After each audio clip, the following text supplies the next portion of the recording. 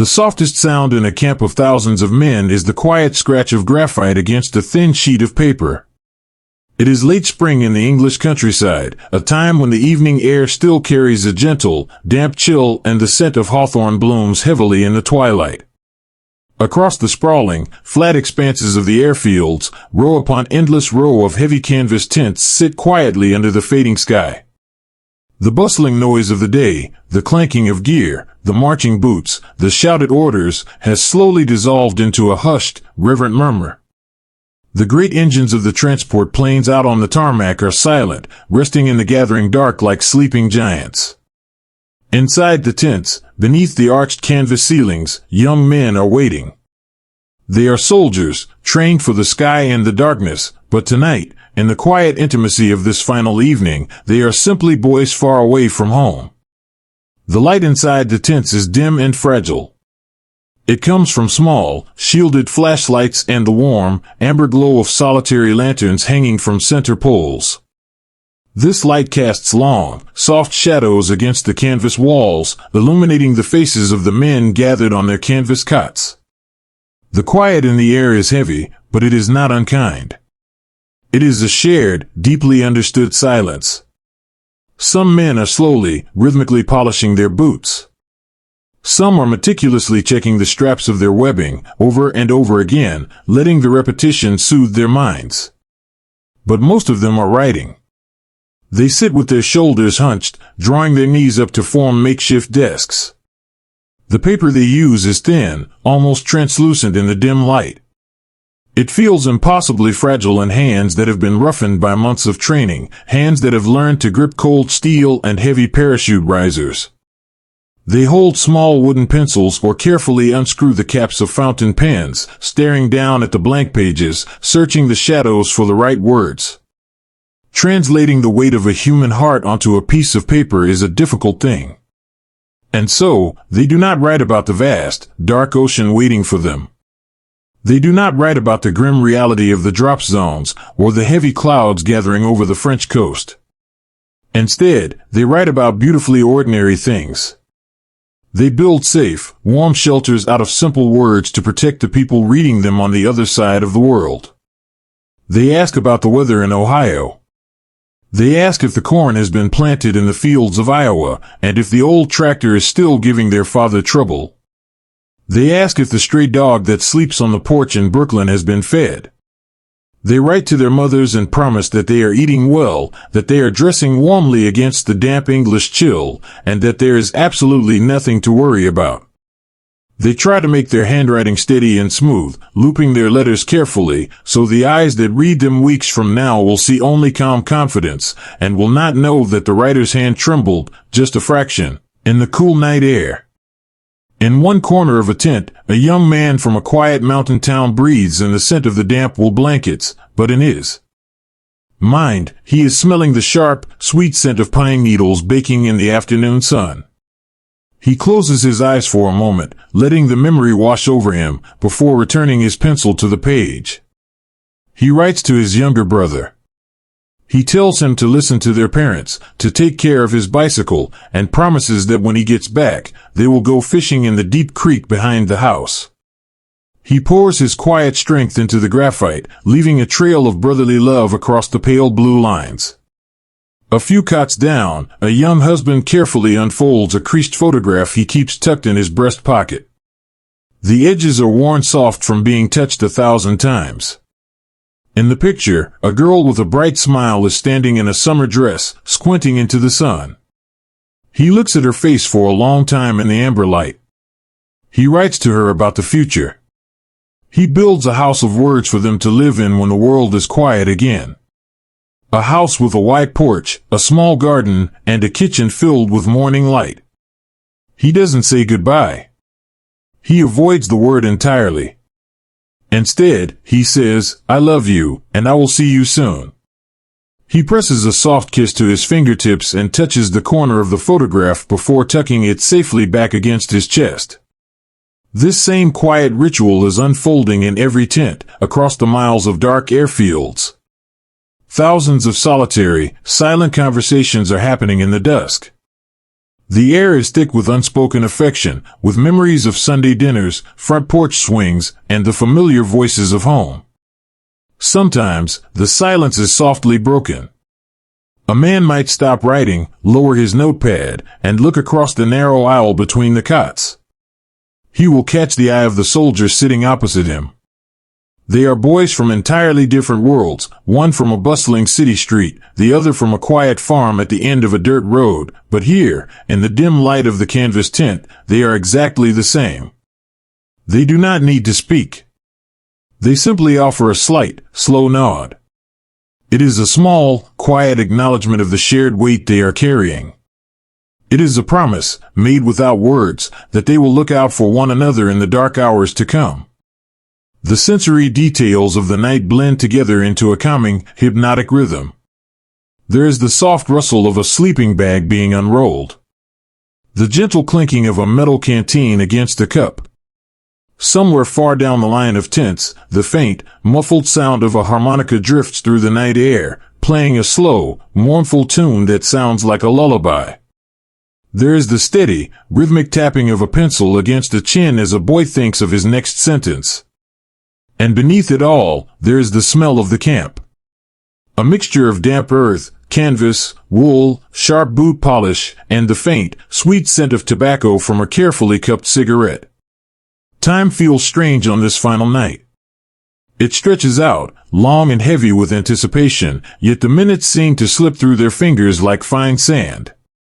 They are suspended in a quiet space between the life they have always known and the vast unknown that awaits them in the night sky. Writing these letters is a way of holding onto the earth. It is a way of reminding themselves of who they are beneath the heavy olive drab uniforms and the layers of webbing. They are beloved sons. They are devoted brothers. They are cherished friends and deeply missed husbands. The dark ink soaking into the thin paper is proof that they are loved, and that they have a peaceful place in the world waiting for their return. Slowly, the letters are finished. The men fold the fragile pages with deliberate care. Some slip a dry clover, found earlier that day in an English meadow, into the folds of the paper. Some let a single, quiet tear fall, quickly brushing away the smudge it leaves on the ink. They slide the pages into thin envelopes and carefully seal them shut. With that final gesture, the connection to the past is safely secured. The male clerks move quietly from tent to tent, holding open heavy canvas sacks. The men drop their envelopes in, one by one. The sacks grow heavy with the physical weight of millions of words of love, hope, and reassurance. The men watch the clerks carry the sacks away into the dark, knowing that these letters will travel backward across the safe, wide ocean, even as they themselves prepare to fly forward into the storm. As the night deepens, the camp begins to settle even further. The small flashlights are clicked off, one by one. The amber lanterns are blown out. The sprawling city of canvas goes completely dark, illuminated only by the soft, silvery light of the moon slipping from behind the clouds. Some men lie back on their narrow cots, pulling the rough, scratchy wool blankets up to their chins. They close their eyes and try to find sleep, letting the slow, rhythmic breathing of the men around them act as a calming metronome. They listen to the gentle breeze brushing against the outside of the tent, sounding like waves on a distant shore. Sleep is elusive for many, but the resting of the body brings a quiet kind of peace. They lie awake in the dark, their thoughts drifting gently like leaves on a slow-moving stream. The anxious energy of the day has burned away, leaving only a profound, quiet stillness. They have folded their fears into the envelopes and sent them away. They have said everything they could possibly say to the people they love. The words have been spoken on paper, safe and secure. Now, there is only the present moment. The soft dark, the quiet breathing of their brothers in arms, and the slow, steady beating of their own hearts, keeping time in the peaceful English night, waiting for the dawn. The earth of England is damp and soft beneath their boots, holding them gently for just a little while longer before they ask the night sky to carry them away. Outside the canvas tents, the air has grown entirely dark, save for the faint, silver glow of the moon filtering through a high canopy of clouds. The quiet hours of letter writing have passed, fading into the gentle past, and the sprawling airfields are beginning to stir with a slow, deliberate rhythm. It is not a sudden awakening. It is a soft, rising tide of movement, hushed and methodical, as thousands of men step out of the shadows and begin the heavy, quiet work of the night. The damp chill of the late spring evening brushes against their cheeks, carrying with it the scent of wet grass, old leather, and the distant, deep hum of engines warming in the dark. This is the hour of transformation. It is the time when the boys who had just been dreaming of front porches and quiet creeks must slowly build a fortress around themselves, piece by piece. They gather on the tarmac, their figures moving like slow shadows in the dim, blue light of the runway markers. There is very little talking. The silence of the tents has followed them out into the open air, expanding to fill the space between the aircraft. When words are spoken, they are murmured, kept low and close, like secrets shared between brothers. The process of gearing up is not a simple act of dressing. It is a solemn, painstaking ritual. It is a layering of canvas, wool, and steel, designed to protect, to sustain, and to carry them through the unknown. They begin with the thick, woolen shirts, buttoning them up to the collar to keep out the biting wind they know is waiting for them in the sky. Over this, they slip into their jumpsuits. The canvas is stiff, heavy, and treated with chemicals that smell faintly of wax and earth.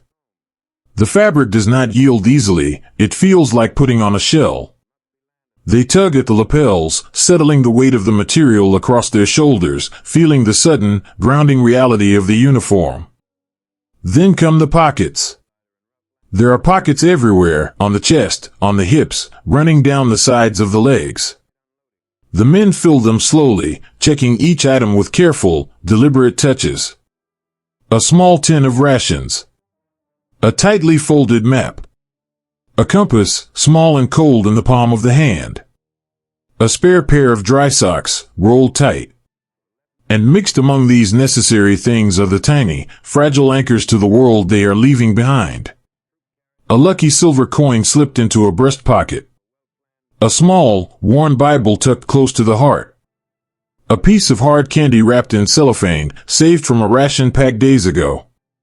These ordinary things are carefully tucked away, resting against their ribs like quiet promises. As the pockets are tied shut with thick fabric strings, the real weight begins. They sling the heavy webbing over their shoulders, the thick canvas belts settling around their waists. They attach their canteens, feeling the cool, reassuring slosh of water against their hips.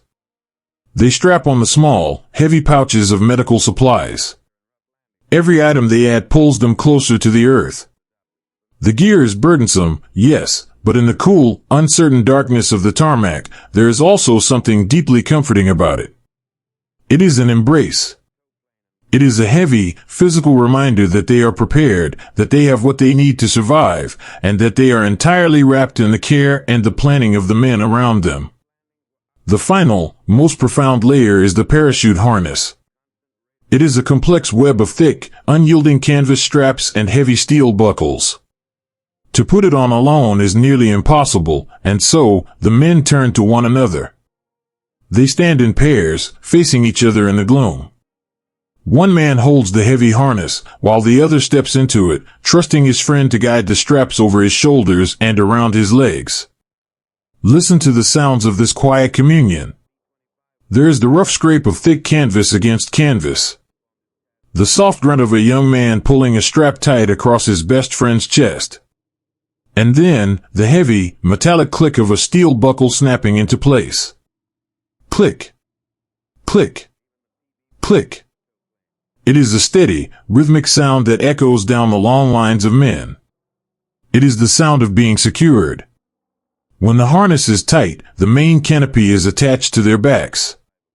It is a massive, bulky pack of silk and tightly wound suspension lines, resting against their spines like a heavy, uncompromising pillow. Finally, the reserve parachute is clipped to their fronts, sitting high on their stomachs, a protective shield against the dark. By the time a paratrooper is fully rigged, he is carrying nearly half his own body weight in equipment. He is no longer light. He is no longer swift. He has become a slow, lumbering creature, bound by gravity, waiting for the wind. The weight is so immense that standing still is a labor. If a man loses his balance and tips backward onto the grass, he cannot rise on his own. He is like a flipped turtle, helplessly anchored to the ground by the bulk of his own survival gear.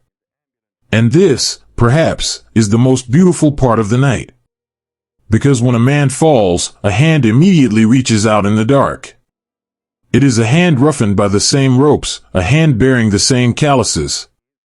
A friend will lean down, grip the webbing on the fallen man's shoulder, and heave with all his might. They pull each other to their feet. They dust each other off. They check the straps on the backs of the men standing in front of them, running their fingers over the steel pins to make sure everything is perfect, because a man cannot see his own back. They pat each other on the shoulder. A gentle squeeze of the canvas. A soft pat on the helmet. It is a language composed entirely of touch, speaking the words they cannot say aloud. I have you. You are safe. I will not let you fall. As the final checks are made, small tins of blackened cork and dark grease are passed down the line. The men dip their fingers into the tins and begin to paint their faces. They smear the dark soot over their cheeks, across their foreheads, and down their noses, wiping away the pale vulnerability of their youth.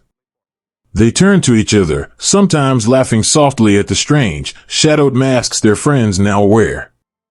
Some help paint the back of a friend's neck, gently rubbing the grease into the skin where their hands cannot reach. When they look at each other now, they look like shadows. They have blended into the night. But beneath the dark grease, their eyes remain bright and startlingly clear. In the dim light of the tarmac, the whites of their eyes catch the faint moonlight. When they make eye contact, it is deeply profound. A boy from a small town looks at a boy from a crowded city, both of them burdened with heavy canvas, their faces hidden in shadow. But in their eyes, there is a shared, quiet resilience. There is a gentle acknowledgement of the fear they are both trying to hide, and a mutual promise that they will face whatever is coming together. The low rumble of the transport plane suddenly shifts, deepening into a steady, vibrating hum that the men can feel in the soles of their boots. The propellers spin faster, blurring into silver circles in the mist. It is time to move. The order is passed down the line, not with a shout, but with the quiet, sweeping motion of a hand. The lines of men begin to walk toward the dark silhouettes of the C-47s. It is not a crisp, military march. Under the crushing weight of the canvas and steel, it is a slow, awkward shuffle. They waddle side by side, their steps heavy and deliberate. The sound of thousands of boots dragging softly across the tarmac sounds like the rhythmic sweeping of a giant broom, a gentle, hushing sound that lulls the mind. They approach the open doors of the aircraft. The planes smell of warm oil, high-octane fuel, and heated aluminum. They loom in the darkness like massive, hollow-boned birds, waiting to take them into the sky. Pausing at the door, almost every man reaches out a gloved hand to touch the metal skin of the plane. It is a subconscious gesture, a quiet greeting to the machine that will carry them over the water. Then, they step up. It takes immense effort to lift a leg laden with gear up the metal stairs. Often, the man behind will place a hand on the small of his friend's back, giving a gentle, steady push to help him up into the fuselage. Once inside, the cabin is dimly lit, illuminated only by a few small, pale bulbs that cast long shadows against the curved metal walls. The men move slowly down the narrow center aisle, turning carefully to avoid snagging their reserve chutes on the edges of the bucket seats. The seats are nothing more than shallow depressions stamped into cold aluminum, running down both sides of the plane. When a man finally reaches his assigned spot, he turns, grips the metal frame, and lets gravity take him. He sinks down into the seat, letting out a long, slow breath as the weight is momentarily lifted from his aching legs. The man next to him sits down a moment later, their shoulders pressing firmly against each other in the cramped space. In this dimly lit metal tube, they are packed tight, shoulder to shoulder, knee to knee. The bulky main canopies push them forward, so they sit slightly hunched, resting their heavy hands on their thighs. They cannot move easily.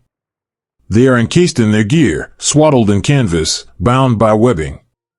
They look down at the grooved metal floor between their boots. The soft, damp earth of England is gone. The grass, the smell of the hawthorn, the quiet stability of the ground, it has all been left outside the open door. They are sitting in a shell of steel, suspended in a small, enclosed world that smells of machine oil and the damp wool of the men breathing softly around them. The engines grow louder, a steady, hypnotic vibration that rattles the floorboards and hums deep in their bones. But inside the plane, among the men, the quiet remains. A soldier shifts his weight, his knee gently bumping the knee of the man across the narrow aisle. The man across the aisle doesn't pull away, he simply leaves his knee there, a steady, physical connection in the vibrating dark. They lean their heavy, helmeted heads back against the vibrating metal walls of the fuselage. They close their eyes, letting the drone of the engines wash over them like a heavy blanket. The burden of the gear is no longer just a weight, it is a cocoon. They are together, deeply tethered to one another by the shared canvas, the clicking steel, and the profound, quiet trust in the men sitting beside them. They take a slow, deep breath of the warm, oily air, waiting for the plane to roll forward, waiting for the final, surreal moment when the wheels lift from the ground, carrying them away from the earth, and up into the gentle embrace of the night. The moment the wheels lift from the damp earth, gravity finally lets go of the body, but memory tightens its gentle hold on the mind. Inside the long, rounded belly of the transport plane, the world has been reduced to a narrow tunnel of shadows and sound. The heavy, lumbering waddle across the tarmac is over. The endless standing, the waiting, the shifting of heavy canvas and cold steel, all of it has been left behind on the runway. Now, there is only the deep, rhythmic, vibrating thrum of the twin engines. It is a sound so massive and all-encompassing that it ceases to be mere noise. It becomes a physical presence, a heavy, woven blanket of vibration that wraps itself around the men, pressing into their shoulders and settling deep within their chests. It is a strange, mechanical lullaby, singing them away from the shores of everything they know. They sit in two long rows, facing one another in the dim, amber gloom. They are packed so tightly together that there is no space for individual movement. A shoulder leans against a shoulder, a heavy, rubber-soled boot rests against another boot. They are a single, breathing entity, swaying in perfect unison every time the aircraft banks gently in the night sky.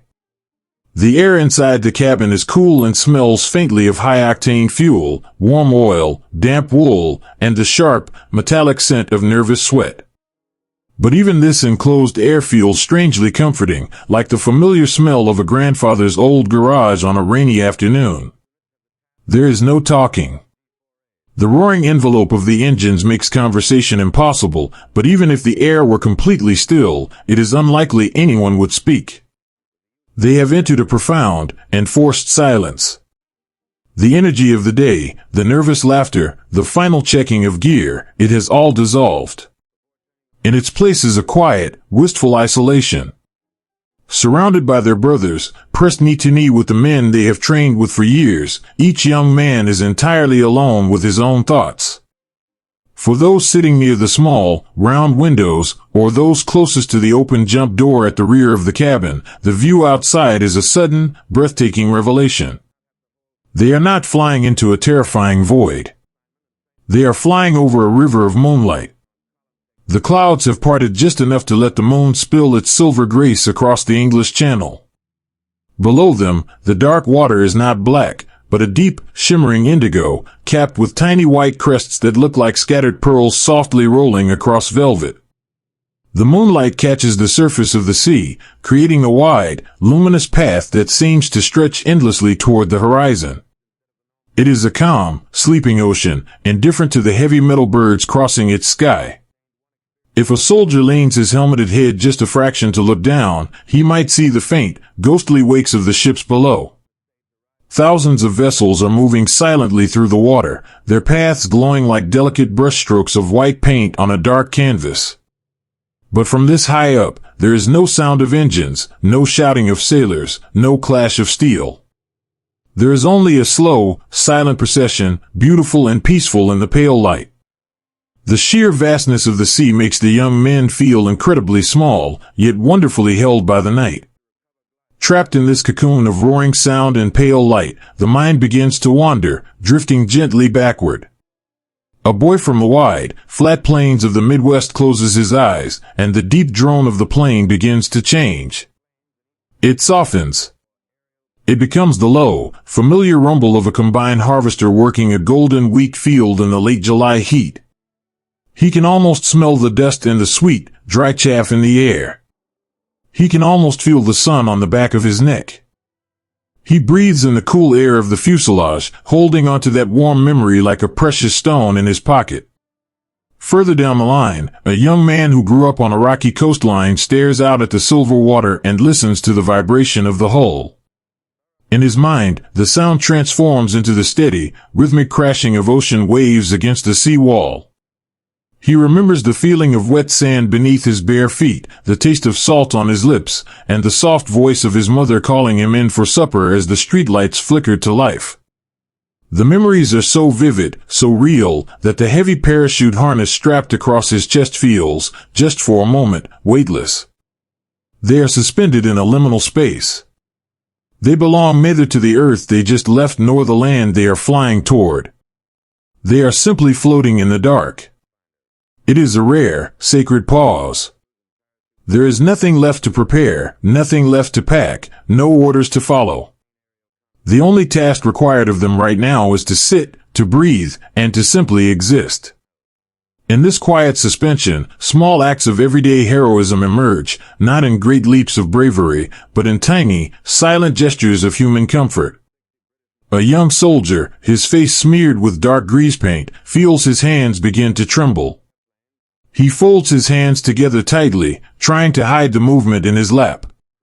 The man sitting next to him, an older boy with quiet, tired eyes, notices. He doesn't say a word.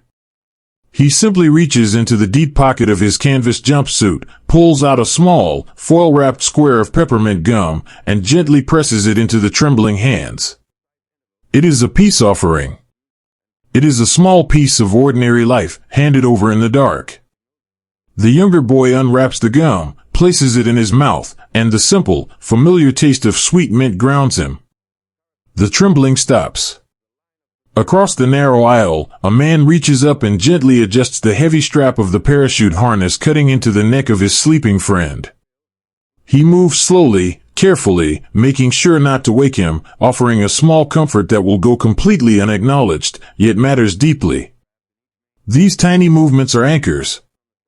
They are the invisible threads of kindness that tie these boys together, keeping them tethered to their humanity while they drift through the sky.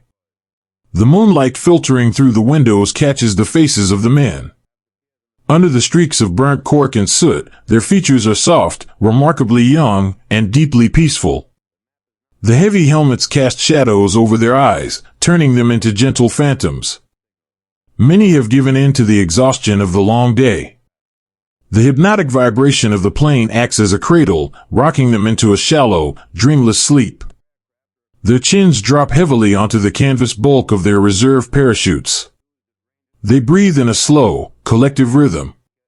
When the plane dips, a row of sleeping heads dips with it, a strange, beautiful ballet of resting soldiers. For the ones who remain awake, time stretches out, becoming soft and elastic. They touch the thin fabric of their breast pockets, feeling the crinkle of the letters they folded hours ago. They trace the edges of the paper through the thick canvas of their uniforms. They think of the women and men who will read those words. They wonder what they will be doing when the letter finally arrives.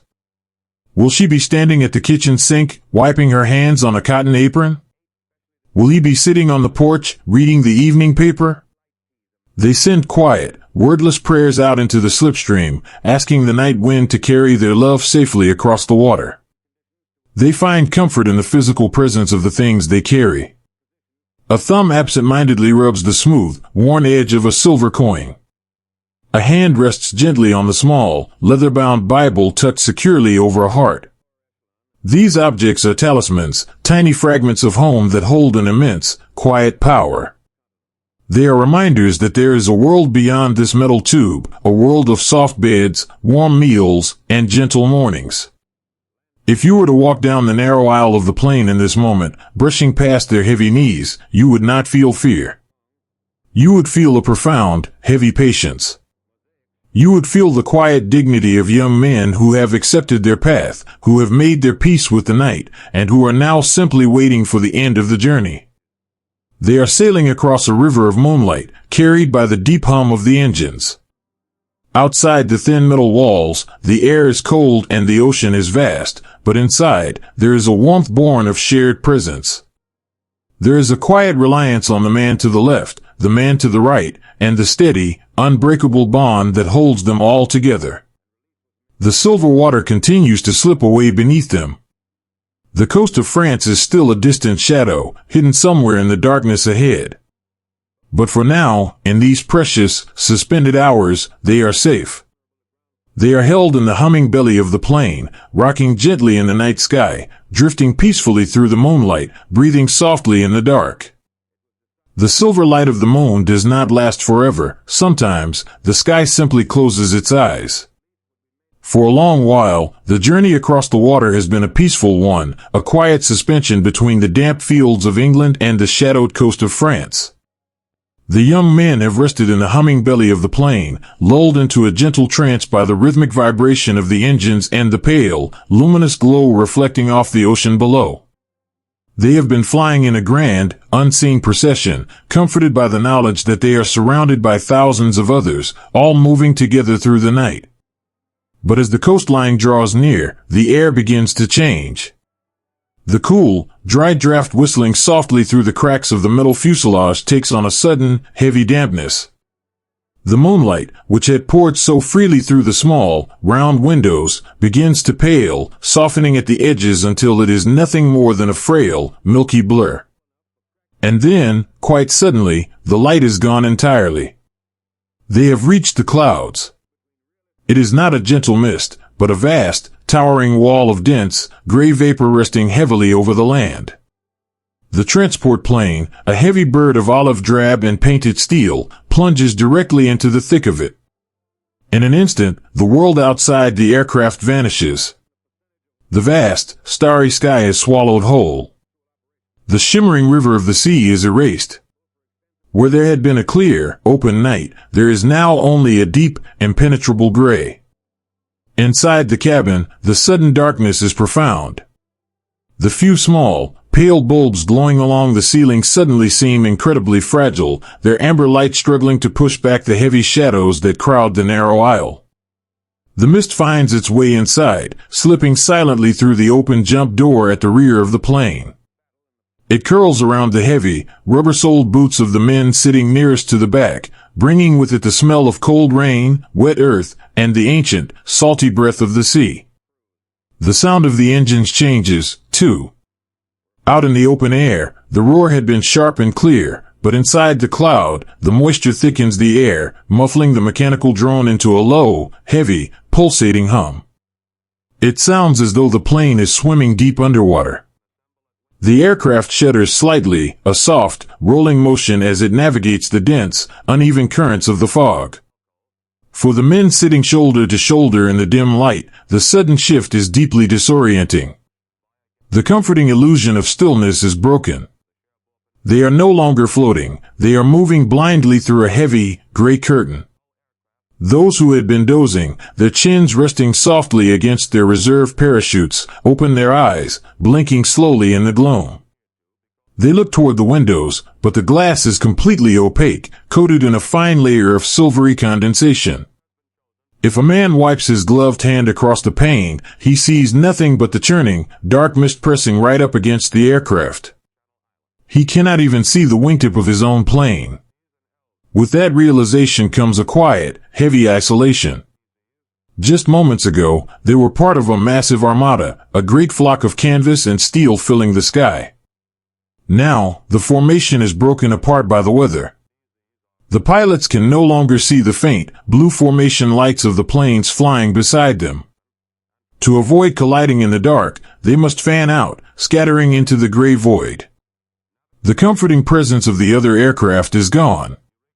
To the men sitting in the back, trapped in their heavy harnesses, it feels as though their single, vibrating metal tube is the only thing left in the entire world. They are completely and profoundly alone. But in this heavy, isolated darkness, there is no panic. There is only a quiet, stoic adjustment to the new reality. The men do not speak. They simply lean a little closer to one another. When you are surrounded by the unknown, the mind reaches desperately for the familiar. A young paratrooper, sitting near the center of the cabin, watches the mist curl around the heavy canvas straps of his boots. He grew up on the rocky, uneven coast of Maine, and he knows the fog well. He remembers how it used to roll off the Atlantic in the early mornings, blanketing his small town in a soft, white silence. He remembers how the fog used to make his house feel like a safe, warm island. As the plane shudders gently in the clouds, he closes his eyes and imagines he is back in his childhood bed, listening to the distant, mournful call of the lighthouse foghorn. He wraps the memory around his shoulders like a quilt, letting the familiar comfort of his past protect him from the uncertainty of the present. Beside him, another soldier is struggling with the sudden, rolling movement of the plane. The turbulence in the cloud bank is not violent, but it is steady, a rhythmic rising and falling that makes the stomach feel hollow and light. He closes his eyes tight, swallowing hard, his hands gripping the edges of his shallow bucket seat until his knuckles turn pale beneath his smeared grease paint. The man next to him, a slightly older boy with quiet, steady eyes, feels the tension radiating from his neighbor. He shifts his weight, leaning his heavy shoulder firmly against the younger boy's arm. It is a solid, grounding pressure. Slowly, deliberately, the older boy unclips his metal canteen from his webbing. He unscrews the small black cap, the soft scraping sound barely audible over the hum of the engines. Without a word, he nudges the younger man's elbow and offers the canteen in the dark. The younger boy opens his eyes, looking at the dull gleam of the metal in the dim amber light. He takes it, his thick canvas gloves clumsy in the tight space. The water is cold and tastes faintly of tin, but as it washes down his dry throat, it brings a sudden, shocking clarity. It is real. It is a piece of the earth, a simple, fundamental necessity that reminds his body it is still alive, still anchored to the world. He hands the canteen back, offering a small, barely perceptible nod in the shadows. The older boy nods back, capping the water and returning his hands to his lap. It is a tiny, beautiful exchange of humanity, entirely hidden from the world, unfolding in the belly of a blind machine falling through the mist. They are utterly reliant on one another now, but their greatest trust is placed in the men they cannot even see. At the very front of the plane, beyond the small metal bulkhead, sit the pilots. They are boys just like the paratroopers, but they carry a different kind of weight. They sit in the dark cockpit, their hands resting lightly on the heavy yokes, their eyes scanning the glowing, green dials of their instruments. They cannot see the sky. They cannot see the earth. They are flying entirely by feel, trusting the invisible pull of magnetism and the delicate needles of their gauges to guide them through the gray. The paratroopers in the back know this. They know that they have surrendered all control. They cannot steer the plane, they cannot make the clouds part, they cannot hasten the dawn. They are nothing more than passengers in the dark. There is a strange, quiet relief in this surrender. The burden of decision is gone. All that is left to do is to wait, to breathe, and to have faith. They trust the pilots to find the way, and they trust the men sitting beside them to share the weight of the dark. As the minutes stretch on, the damp chill of the cloud seeps deeper into the cabin. The thick wool of their uniforms grows heavy with the moisture. Small droplets of condensation form on the curved metal ceiling, trembling with the vibration of the engines before falling, silently, onto the helmets and shoulders of the men below. A drop lands on the cheek of a sleeping soldier, tracing a pale, clean line through the dark soot painted on his skin. He does not wake. He only sighs softly, his head tipping slightly to rest against the shoulder of the man beside him. The man bears the extra weight without complaint. He simply adjusts his posture, creating a more comfortable pillow for his friend. He looks down at his own hands, resting heavily on the canvas of his reserve parachute. He thinks of the letter tucked safely in his breast pocket, the one he wrote just a few hours ago in the soft twilight of the English airfield. He thinks of his mother, safely asleep in a house that smells of lavender and floor wax. He imagines her breathing in time with the deep, slow thrum of the engines. He knows that soon, he will have to stand up. Soon, the red light near the open door will glare to life, and he will have to step out into the rushing, blinding mist. But not yet. For this quiet, suspended moment, they are simply moving through the dark. They are a brotherhood of canvas and steel, swallowed by the sky, rocking gently in the cold, damp arms of the clouds. The engines hum their heavy lullaby. The mist curls softly around their boots. The world outside has vanished, leaving only the quiet, rhythmic breathing of young men, waiting together in the gray, trusting the night to safely carry them home. There is a singular, suspended heartbeat between the edge of the metal floor and the infinite dark. Inside the dimly lit cabin, the shift begins with a sudden change of color. The small, pale amber bulbs that have bathed the plane in a sleepy gloom are suddenly extinguished, replaced by the sharp, undeniable glow of a red light above the open door. It is the silent signal they have been waiting for, the final turning of the page. The deep, rumbling slumber of the long flight over the water is gently broken. It does not shatter with a shout or a sudden rush of panic, but rather, it dissolves into the heavy, metallic rustle of young men rising to their feet. The air inside the metal tube shifts, heavy with anticipation and the smell of damp wool. The thick canvas of their uniforms, the heavy steel buckles of their harnesses, and the cold metal of their equipment all clatter softly as the men stand, pressing shoulder to shoulder in the narrow, vibrating aisle. It takes immense physical effort to rise under the crushing weight of their gear. They are burdened with everything they need to survive, making them awkward and slow. But no man struggles alone. Hands reach out in the red-tinted shadows, gripping thick canvas straps, offering a steadying pull, lifting their brothers upward. Hook up. The command is spoken quietly by the jumpmaster, passed down the line from man to man like a whispered secret in a crowded room. They reach up, their thick gloves grasping the heavy metal fasteners of their static lines, and clip them to the taut anchor cable running along the ceiling of the plane. Click. Click. Click. It is a deeply reassuring sound. It is a physical tether to the aircraft, a mechanical promise that the heavy silk packed tightly on their backs will be pulled free when the moment comes. They check their own equipment, running their hands over the buckles and straps by memory and feel. And then, without being asked, they check the man standing directly in front of them. It is an act of profound, quiet love. A gentle tug on the webbing to ensure it holds fast. A smooth run of the hand over the canvas pack to make sure the lines are clear. A firm, solid pat on the shoulder or the back of the helmet. The language of the touch is simple and universal. You are good. I am here. I have you. They shuffle forward, closing the small gaps between them, inching toward the open door at the back of the plane. The thick clouds that had swallowed them earlier have broken apart just enough to reveal the night again. A cold, rushing wind swirls into the cabin, carrying away the smell of warm machine oil and nervous sweat, replacing it with the undeniable scent of the earth below. It is the scent of damp soil, wet grass, and the faint, sweet memory of apple orchards blooming in the dark. It is the smell of a foreign land, yet it smells remarkably like the earth anywhere else in the world. A young soldier, standing near the back of the line, closes his eyes and takes a deep, slow breath of that rushing air. For a fleeting, beautiful moment, the smell of the damp earth transports him away from the roaring plain.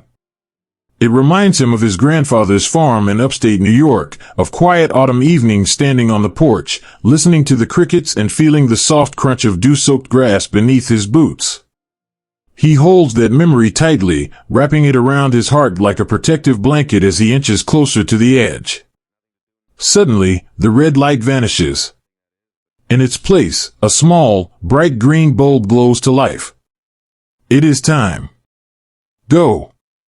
The word is soft, almost entirely swallowed by the roaring wind outside the door. But they do not need to hear it. They feel the momentum begin.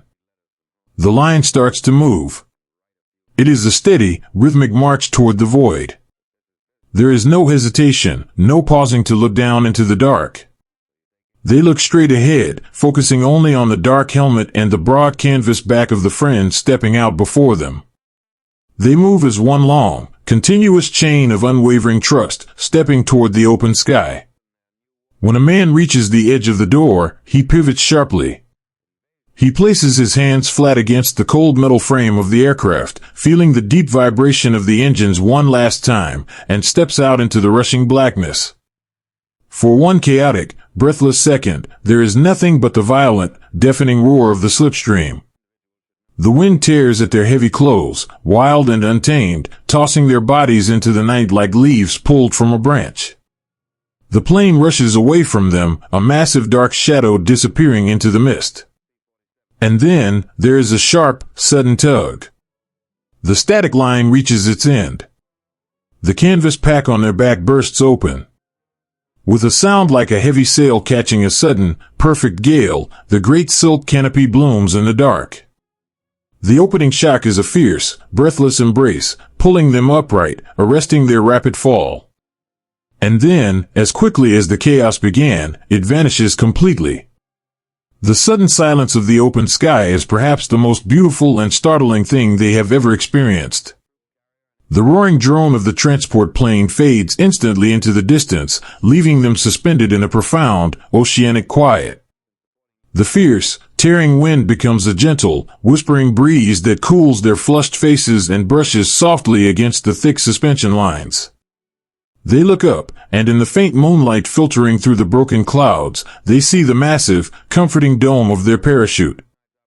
It is a beautiful, perfect umbrella of pale silk, holding them gently against the pull of gravity. It is a guardian angel woven from thread, carrying them safely through the dark. They are entirely alone now. The brothers who sat knee to knee with them in the crowded, humming belly of the plane just moments ago are somewhere out there in the vast night, floating silently under their own canopies. The night sky is endlessly wide, and the earth below is an invisible ocean of shadows. They hang in their harnesses, swaying slowly, back and forth, like heavy pendulums keeping perfect time with the slow, steady beating of their own hearts. A young man from a bustling, noisy neighborhood in Chicago looks out across the expansive dark, his hands resting lightly on the risers above his head. He has never known such deep, uninterrupted silence in his entire life. In his city, there was always the sound of a streetcar rattling down the avenue, the call of a neighbor across an alley, the clanking of a radiator in the winter. Here, hanging between the stars and the earth, there is only the soft, rhythmic hiss of the night air passing through the silk above him. He lets his heavy arms drop to his sides, the tension melting away from his shoulders. He feels a strange, profound peace wash over his spirit. He is floating between worlds, untethered from the worries of yesterday and the uncertainties of tomorrow. For these few, precious minutes, he is simply a boy resting in the arms of the night, cradled by the wind. He thinks of the thin envelope he handed to the mail clerk hours ago, back in the soft twilight of the English airfield. He imagines it traveling back across the sea, carrying his carefully chosen words of comfort. He hopes his mother can somehow feel the same quiet peace he feels right now, looking out her window at the same moon.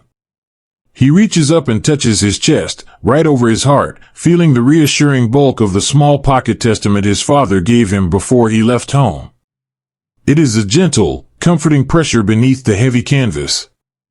He traces the shape of it with his thick glove. He is surrounded by the vast, unknown dark, but he does not feel afraid. He feels deeply, wonderfully held. Looking around, if the moonlight catches the mist just right, they can see the faint, ghostly silhouettes of the other men falling with them. They look like dark blossoms drifting down through a slow-moving river of air, or like gentle jellyfish floating quietly in a deep, midnight sea.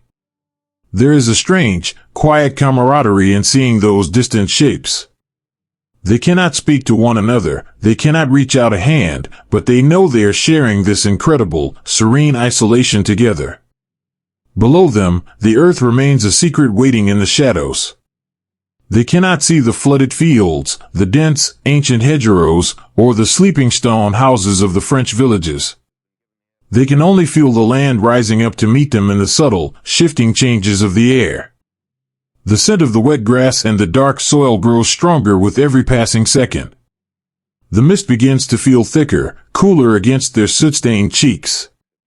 They reach up, gripping the heavy risers of their parachutes once more, feeling the coarse texture of the woven straps. They are steering, subtly, intuitively, feeling the invisible currents of the air like a skilled sailor feels the turning of the tide. They shift their weight, turning their bodies slowly to face the gentle wind, preparing for the reunion with the ground. Another soldier, gently drifting through a low bank of clouds, catches a fleeting glimpse of silver far below. It is a flooded river, catching the pale, milky light of the moon. It looks like a delicate, shining ribbon winding its way through a dark, sleeping forest. He smiles softly behind his mask of dark grease paint.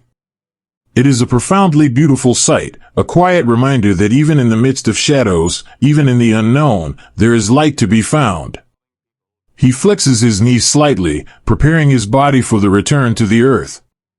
He remembers the endless days of practice, the rhythmic counting, the soft bending of the legs and the sawdust pits back home.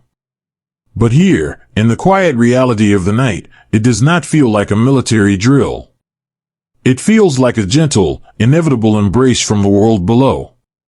The descent is slow, a dreamlike drifting through the cool, damp night air. The heavy burden of the gear they carry, which had been so crushing on the tarmac, seems to completely vanish in the sky. They are momentarily weightless, suspended in a state of pure grace. The seconds stretch out, long and deeply peaceful. They take slow, deliberate breaths, filling their lungs with the clean, rich air of Normandy. They listen to the quiet. They let the soothing wind wash over them, clearing their minds, calming their spirits, and washing away the last remnants of their anxiety. They are ready for whatever the dark earth holds in the hours to come, but for this one, beautiful moment, they are simply stars falling slowly from the sky. They drift down through the velvet night, embraced by the profound silence, and carried gently by the wind toward the waiting earth. The earth does not catch you, it simply waits, with profound and quiet patience, for you to arrive. The long, dreamlike descent through the cool night air ends not with a sudden violence, but with a deep, heavy settling. For a lone soldier drifting down through the mist, the first greeting of the French countryside is the soft, brushing sound of heavy boots tearing gently through the tops of high, wet grass. Then comes the quiet, muffled thump of a body meeting the damp, yielding soil. The great, pale canopy of silk that had been his guardian angel in the sky collapses softly behind him, whispering as it folds over the clover and the weeds, deflating like a long, exhausted sigh. For a long moment, there is no movement at all. The young man lies on his back in the dark, looking up at the sky he has just fallen from. His chest rises and falls in slow, heavy rhythms. He listens to the quiet thumping of his own heart, a steady, reassuring drumbeat that tells him he has made it. He is whole. He is breathing. He is lying in the dew-soaked grass of an unfamiliar world, wrapped in a blanket of absolute night. He takes a deep breath, and the scent of this new place fills his lungs. It does not smell like the war he has prepared for. It smells remarkably peaceful. It smells of crushed wild mint, damp earth, old roots, and the heavy, sweet perfume of sleeping apple orchards. It is an ancient, rich smell, the kind of scent that rises from a garden after a long, gentle summer rain. It is a smell that belongs to farmers and quiet mornings, not to soldiers in the dark. Slowly, carefully, he begins to move. His fingers, thick with canvas gloves, find the heavy steel buckles of his parachute harness.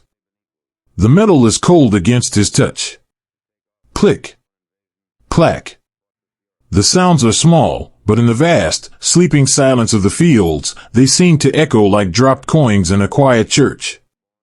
He sheds the heavy canvas, sliding out from beneath the thick straps that had bound him to the sky.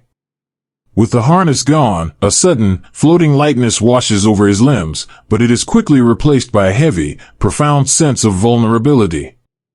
He rises to a crouch, his rubber-soled boots sinking softly into the mud. He looks around, but the night is a dense, woven tapestry of shadows. The thick clouds have closed over the moon again, leaving only the faintest, pearlescent glow to guide his eyes. He can make out the towering, black silhouettes of the hedgerows, massive, ancient walls of twisted earth, tangled roots, and thorny vines that have guarded these fields for centuries. They loom in the darkness like sleeping giants, casting deep, impenetrable pools of blackness across the meadows. He is entirely alone. An hour ago, he was surrounded by thousands of his brothers, shoulder to shoulder in a humming metal cabin. Now, he is a solitary speck in a vast, unknown landscape. The silence here is not the comforting, suspended quiet of the parachute drop. It is a heavy, expectant stillness. The crickets in the grass are quiet. The birds in the trees are asleep. The only sound is the gentle rustle of the wind moving through the leaves, a soft, hushing sound that makes him feel incredibly small. He reaches a trembling hand into the deep, canvas pocket of his jumpsuit. He pushes past a spare pair of woolen socks and a tightly folded map he cannot read in the dark, until his fingers brush against something small, smooth, and cold. It is a tiny piece of stamped brass, shaped vaguely like a child's toy. It is no larger than his thumb. It has no sharp edges, no weight to speak of, and no power to protect him from the shadows. Yet, in this immense, dark world, this small, simple object is the most important thing he carries. It is his lifeline. It is a cricket. He pulls it from his pocket and holds it in the palm of his hand, rubbing his thumb over the small, dimpled metal tongue. The brass quickly warms to the touch of his skin. Holding it there, kneeling in the damp French soil, his mind gently drifts back across the ocean. He remembers the warm, humid evenings of his childhood in the American South. He remembers sitting on the wooden steps of his back porch with a glass jar in his hands, listening to the rhythmic, comforting chirp of the real crickets hiding in the tall grass. He remembers how that sound meant the day was done, that it was safe to rest, and that he was entirely surrounded by the familiar embrace of home. He thinks of his mother, softly calling his name through the screen door, telling him it was time to come inside. He holds that memory closely, letting its warmth seep into his cold hands. He is a long way from that porch now, but the small piece of brass in his palm carries the same promise.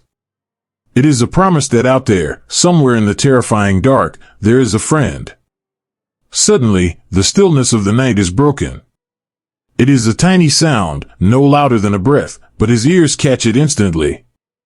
A soft crunch of a boot on a dry twig. The gentle swish of canvas brushing against a thorny branch.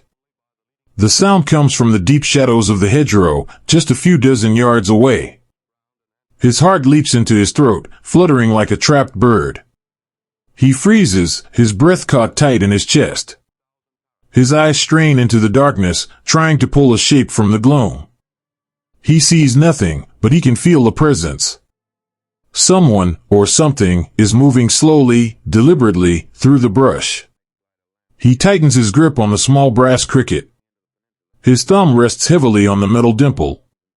His hand is shaking, just a little, betrayed by the sudden rush of fear. He closes his eyes for a fraction of a second, silently asking the night for courage. He knows what he must do.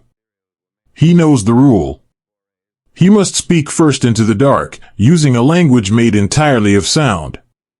He takes a shallow, silent breath, extends his hand slightly into the cool air, and presses his thumb down.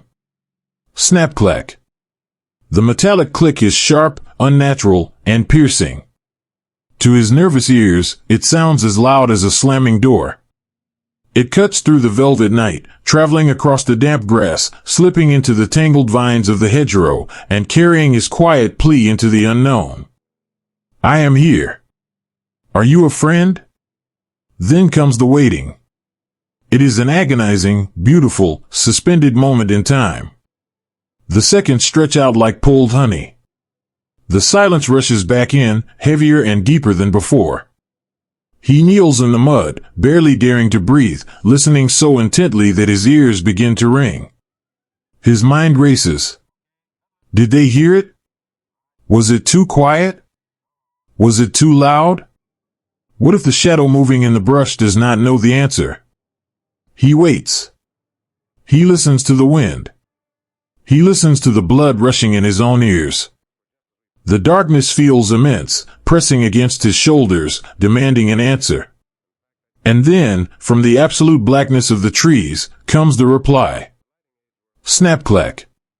Snap-clack. Two sharp, metallic clicks in rapid succession. A double echo. An answer. The profound, overwhelming wave of relief that washes over the young soldier is impossible to measure. It starts in his chest, releasing the tight knot of fear, and flows down through his arms and legs, making his tired muscles suddenly feel warm and light. He lets out a long, shaky breath, his shoulders dropping from his ears. He closes his eyes and smiles, a wide, invisible smile in the dark. He is not alone. He raises his hand and clicks once more, a softer, gentler confirmation. Snap-clack. From the shadows, a figure begins to emerge. It is nothing but a darker silhouette moving against the gray night, but it is moving toward him with a slow, careful purpose. The lone soldier stands up, his boots squelching softly in the mud, and takes a few steps forward to meet the approaching shadow. As the figure draws near, the pale moonlight catches the shape of a familiar, rounded helmet. It catches the bulky, unnatural outline of the canvas jumpsuit. And then, it catches a face. The face is smeared with dark soot and burnt cork, just like his own. The eyes shining beneath the edge of the helmet are wide, exhausted, and incredibly kind. They stop just a few feet apart. They do not know each other's names. They are from entirely different worlds, one a quiet farm boy, the other a kid from the noisy streets of a big city. They have never shared a meal, never slept in the same tent, never spoken a single word to one another before this night. But standing here, in this damp, foreign field, beneath a sky filled with invisible stars, they are closer than brothers. The approaching soldier reaches out a thick, gloved hand and places it firmly on the young man's shoulder. The grip is warm, heavy, and undeniably real. It is a grounding anchor in a floating world. Flash, the older soldier whispers, his voice low and raspy, carrying the softest trace of a southern drawl. Thunder, the young man whispers back, his voice trembling just a little with the sheer joy of speaking to another human being. They stand together in the quiet night, two shadows blending into one. The vast, terrifying emptiness of the French countryside suddenly feels entirely manageable. The towering, ancient hedgerows no longer look like fortress walls, they look like a gentle shelter. The older soldier reaches into his pocket and pulls out a small, crumpled piece of foil. He carefully unwraps a single piece of hard candy, breaks it in half with his thick fingers, and offers a piece in the dark.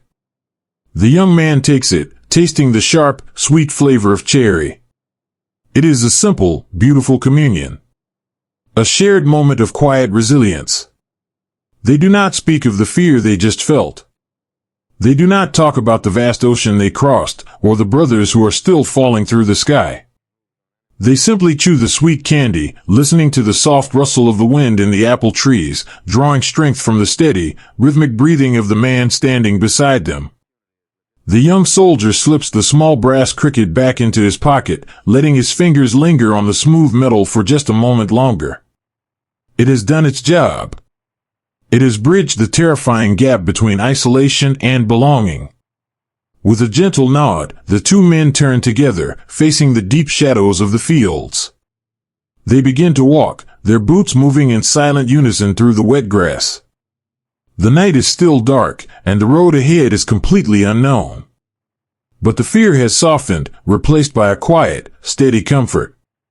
They step forward into the sleeping world, guided not by the stars, but by the profound, unbreakable grace of simply having someone walking by their side.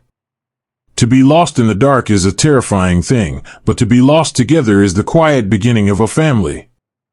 In the deep, damp fields of Normandy, the night has laid a heavy, velvet blanket over the world.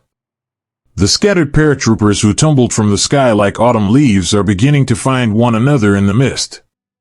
The solitary sound of a single brass cricket has blossomed into a gentle, metallic chorus, clicking softly from the edges of the meadows, calling the wandering boys out of the vast, open grass and into the protective embrace of the trees. Here, the landscape is defined by the hedgerows.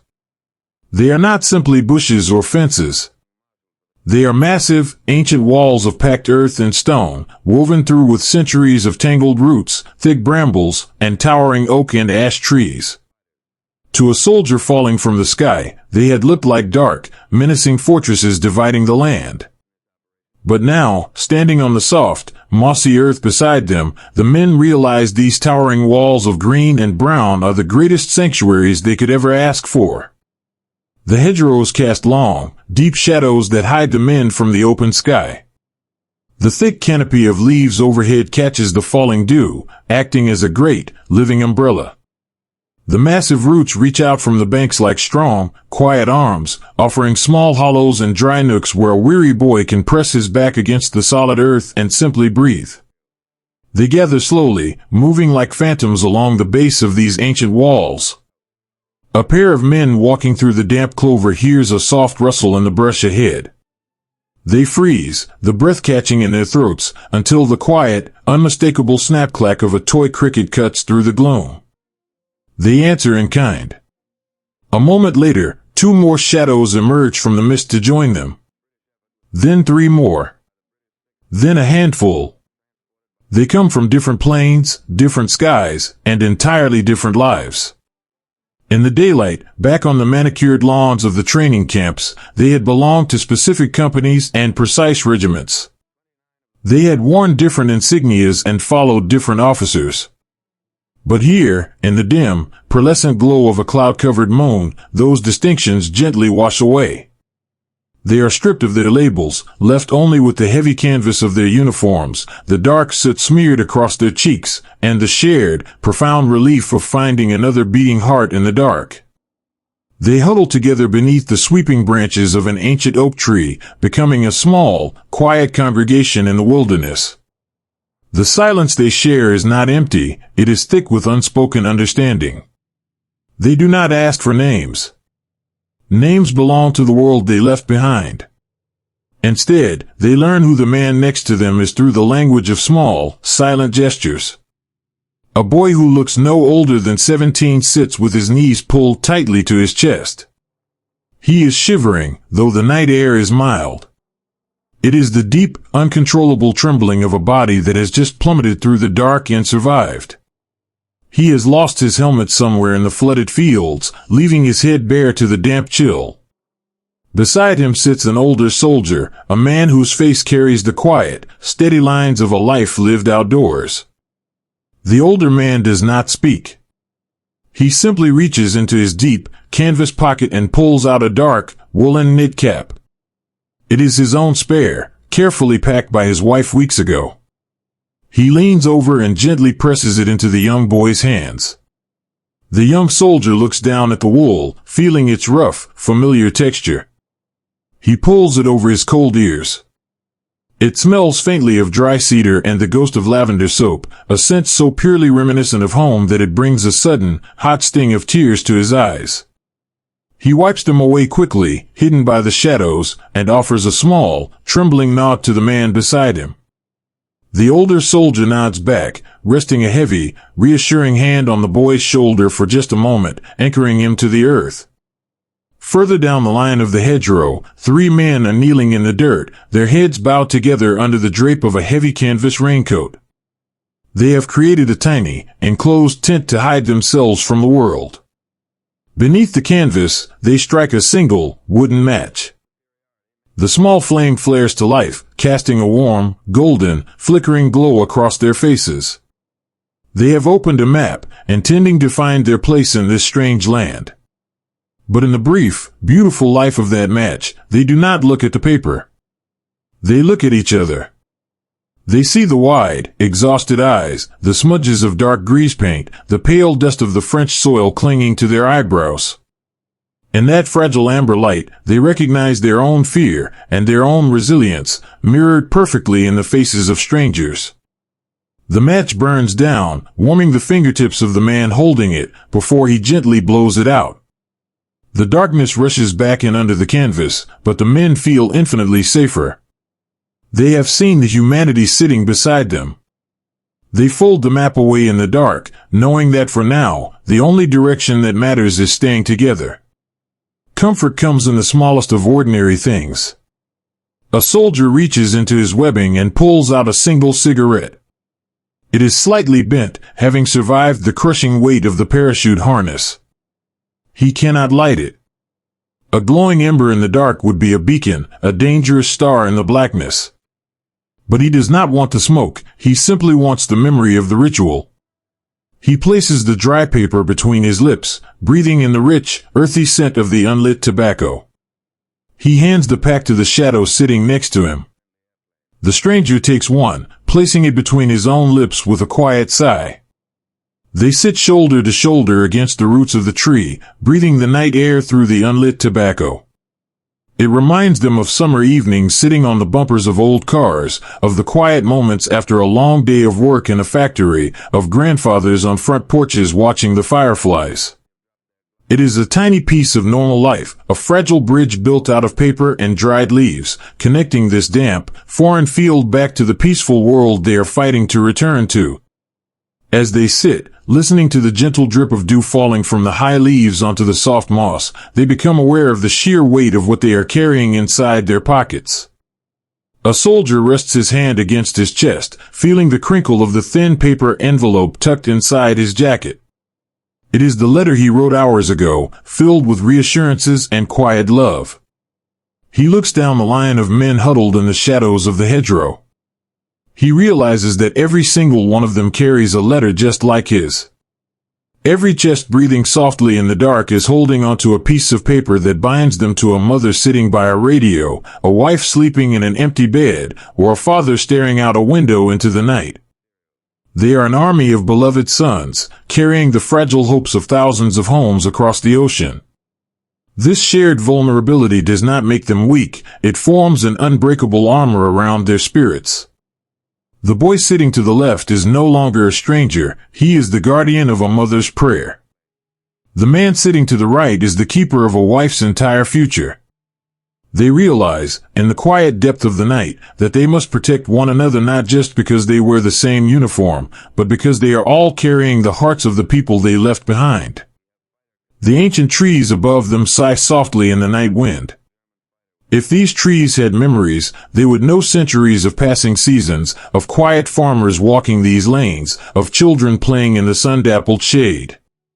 Tonight, they hold a different kind of history in their roots. They offer their silent, steadfast strength to these weary boys, wrapping them in a cradle of earth and shadows. The night is still deep, and the hours before the dawn are long. Eventually, the whispered command to move passes down the line like a rustling breeze. They cannot stay in the sanctuary of the hedgerow forever. They rise slowly, their tired muscles protesting the heavy weight of their gear. But as they stand, they do not stand alone. They move as one long, continuous breath. A hand reaches out in the dark, finding the canvas webbing on the shoulder of the man in front. The next man does the same. They link themselves together, an unbroken chain of human touch and quiet trust. They begin to walk, their rubber-soled boots making only the softest whispering sound against the damp grass. They follow the line of the ancient earthen walls, letting the deep shadows hide their movement. They are no longer scattered, solitary souls lost in the void. They have become a river of shadows, flowing gently and deliberately through the sleeping landscape. They do not know what waits for them at the end of the lane, or what the gray light of morning will reveal. But as they walk together under the protective canopy of the leaves, listening to the steady, collective rhythm of their own breathing, they carry a profound and quiet peace. They have found each other in the dark, and in the company of strangers, they have found the quiet strength to keep walking toward the dawn. The moonlight can be a gentle liar, painting a flooded world to look like a meadow of silver grass. As the paratroopers drift down through the quiet, misty sky, they look below them and see what appears to be an endless expanse of smooth, pale pastures. The fields of Normandy seem to be waiting for them, flat and inviting, reflecting the pearl-gray light of the moon. They prepare their bodies for the solid, grounding thump of the earth. They bend their knees, holding the heavy risers of their parachutes, ready to roll into the fragrant clover and the damp soil. But as their boots finally touch the ground, there is no solid earth to meet them. There is only a sudden, quiet splash, and the shocking, breathless chill of cold water. In the days before the men fell from the sky, the enemy had quietly closed the ancient locks of the rivers, allowing the water to spill over the banks and swallow the lowlands. They had created a vast, hidden lake, camouflaged by the tall, marshy grasses that still reached up through the surface. It is a shallow sea, meant to be a trap, silently waiting in the dark. For the young man falling into these drowned fields, the transition from the airy lightness of the sky to the heavy, pulling depth of the water is profoundly disorienting. A soldier plunges into the dark, the icy water instantly rushing up his legs, past his waist, and over his chest. The thick wool of his uniform, designed to keep him warm in the dry air, immediately drinks in the swamp. The heavy canvas of his jumpsuit, his deep pockets filled with supplies, his heavy leather boots, everything he carries suddenly becomes an anchor, pulling him down into the soft, yielding silt of the marsh floor. He is carrying nearly half his own body weight in equipment, and in the water, that burden becomes an overwhelming, crushing embrace. He sinks into the mud, the cold water rising to his chin. The silence of the night is broken only by the gentle, lapping sound of the ripples he creates, and the soft, breathless gasps of his own surprise. But there is no panic. Panic is a sharp, jagged thing, and in the heavy, dreamlike slowness of the water, there is only a quiet, desperate need to simply breathe. Above him, the great silk canopy of his parachute, which had been his faithful guardian just moments ago, loses the wind. It collapses, falling over the surface of the water like a massive, pale shroud. The wet silk clings to the reeds, heavy and unyielding, sometimes draping over the men who are struggling to find their footing beneath it. Imagine the profound isolation of this moment. A boy from the dry, dusty plains of Texas or the concrete avenues of a bustling city, suddenly immersed in the freezing, dark waters of a foreign swamp. He cannot see his own hands. He cannot feel the bottom. The water is freezing, numbing his fingers as he desperately fumbles with the heavy steel buckles of his harness. The metal is slick and cold, and the thick canvas straps are swollen with water, refusing to slide free. He closes his eyes, surrounded by the smell of ancient mud, crushed algae, and cold water. His mind, seeking comfort in the darkness, drifts away from the freezing swamp. He remembers the warm, shallow creek behind his childhood home, where the summer sun would heat the water until it felt like a bath, and he would spend hours catching minnows with his bare hands. He remembers the feeling of his mother wrapping a thick, sun-dried towel around his shivering shoulders. He holds onto the memory of that warmth, letting it become a tiny, glowing ember in his chest, giving his numb fingers just enough strength to keep working the heavy steel catch. Click. The harness finally releases. The heavy parachute falls away. He pushes his boots into the deep mud, fighting the tremendous weight of his own clothing, and forces his head above the water. He takes a long, slow breath of the night air, tasting the mist and the sweet scent of the reeds. He is waist deep in the swamp, exhausted, his muscles trembling from the cold. But he is alive. He stands perfectly still, listening to the dark. And then, he hears it. A soft, struggling splash, just a few yards away. The muffled sound of heavy canvas tearing through the water. A quiet, breathless cough. He does not hesitate. The cold, the exhaustion, the heavy, dragging weight of his uniform, none of it matters. He begins to move toward the sound. Wading through the drowned fields is a slow, agonizing labor. Every step requires him to pull his heavy boot from the suction of the deep mud, lift his leg against the resistance of the water, and push forward through the thick, tangled reeds. He moves like a man in a very slow, very heavy dream. His breathing is loud in his own ears, a steady, rhythmic cadence of determination. He parts the tall grass and sees a pale bloom of parachute silk resting on the surface of the water. Beneath it, the water is churning gently. He wades closer, his hands reaching out into the dark. He pulls back the heavy, wet silk. Beneath it, he finds a shadow, a young man weighed down by his gear, struggling to keep his face above the surface. The man's helmet is gone, his hair plastered to his forehead, his eyes wide and dark with quiet fear. The rescuer does not speak. Words belong to the world above. Here, in the quiet, drowning dark, touch is the only language that matters. He reaches his thick, canvas-gloved hands under the freezing water. He feels for the thick webbing of the man's harness, finding the solid, cross-stitched fabric at the shoulder. He grips it with every ounce of strength he has left in his tired, shivering body. He braces his boots in the slippery mud, leans back, and pulls. It is an act of pure, everyday heroism. It is not born of a grand, sweeping order, but of a quiet, deeply human instinct. You are my brother, and I will not let you slip away. He heaves the young man upward. The water releases its grip with a heavy sigh. The rescued boy breaches the surface, gasping softly, his hands instinctively reaching out to grab the arms of the man who pulled him from the dark. They stand there in the chest-high water, two soaking wet, exhausted boys, holding onto each other in the middle of a vast, invisible lake. The rescuer reaches down, his fingers finding the release valve on the boy's harness. He twists the heavy metal, freeing him from the crushing weight of the parachute. He wraps a strong, heavy arm around the shivering boy's shoulders. "I've got you," he whispers, his voice barely a breath against the mist. "Just lean on me. We're going to walk out of here."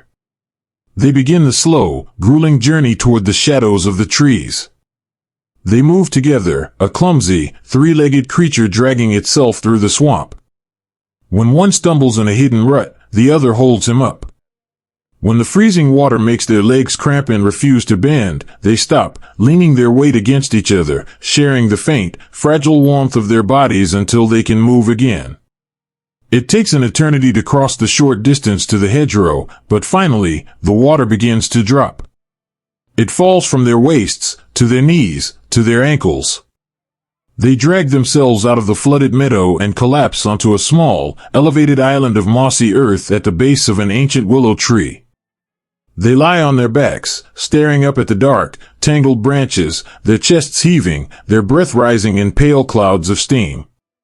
The cold is a physical presence now, a deep, aching shiver that rattles their bones. Their uniforms are completely saturated, heavy as lead, clinging to their skin like ice. Slowly, they sit up.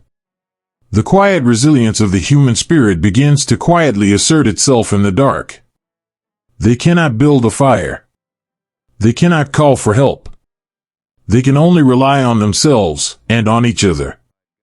The older soldier begins to unlace his heavy, waterlogged boots.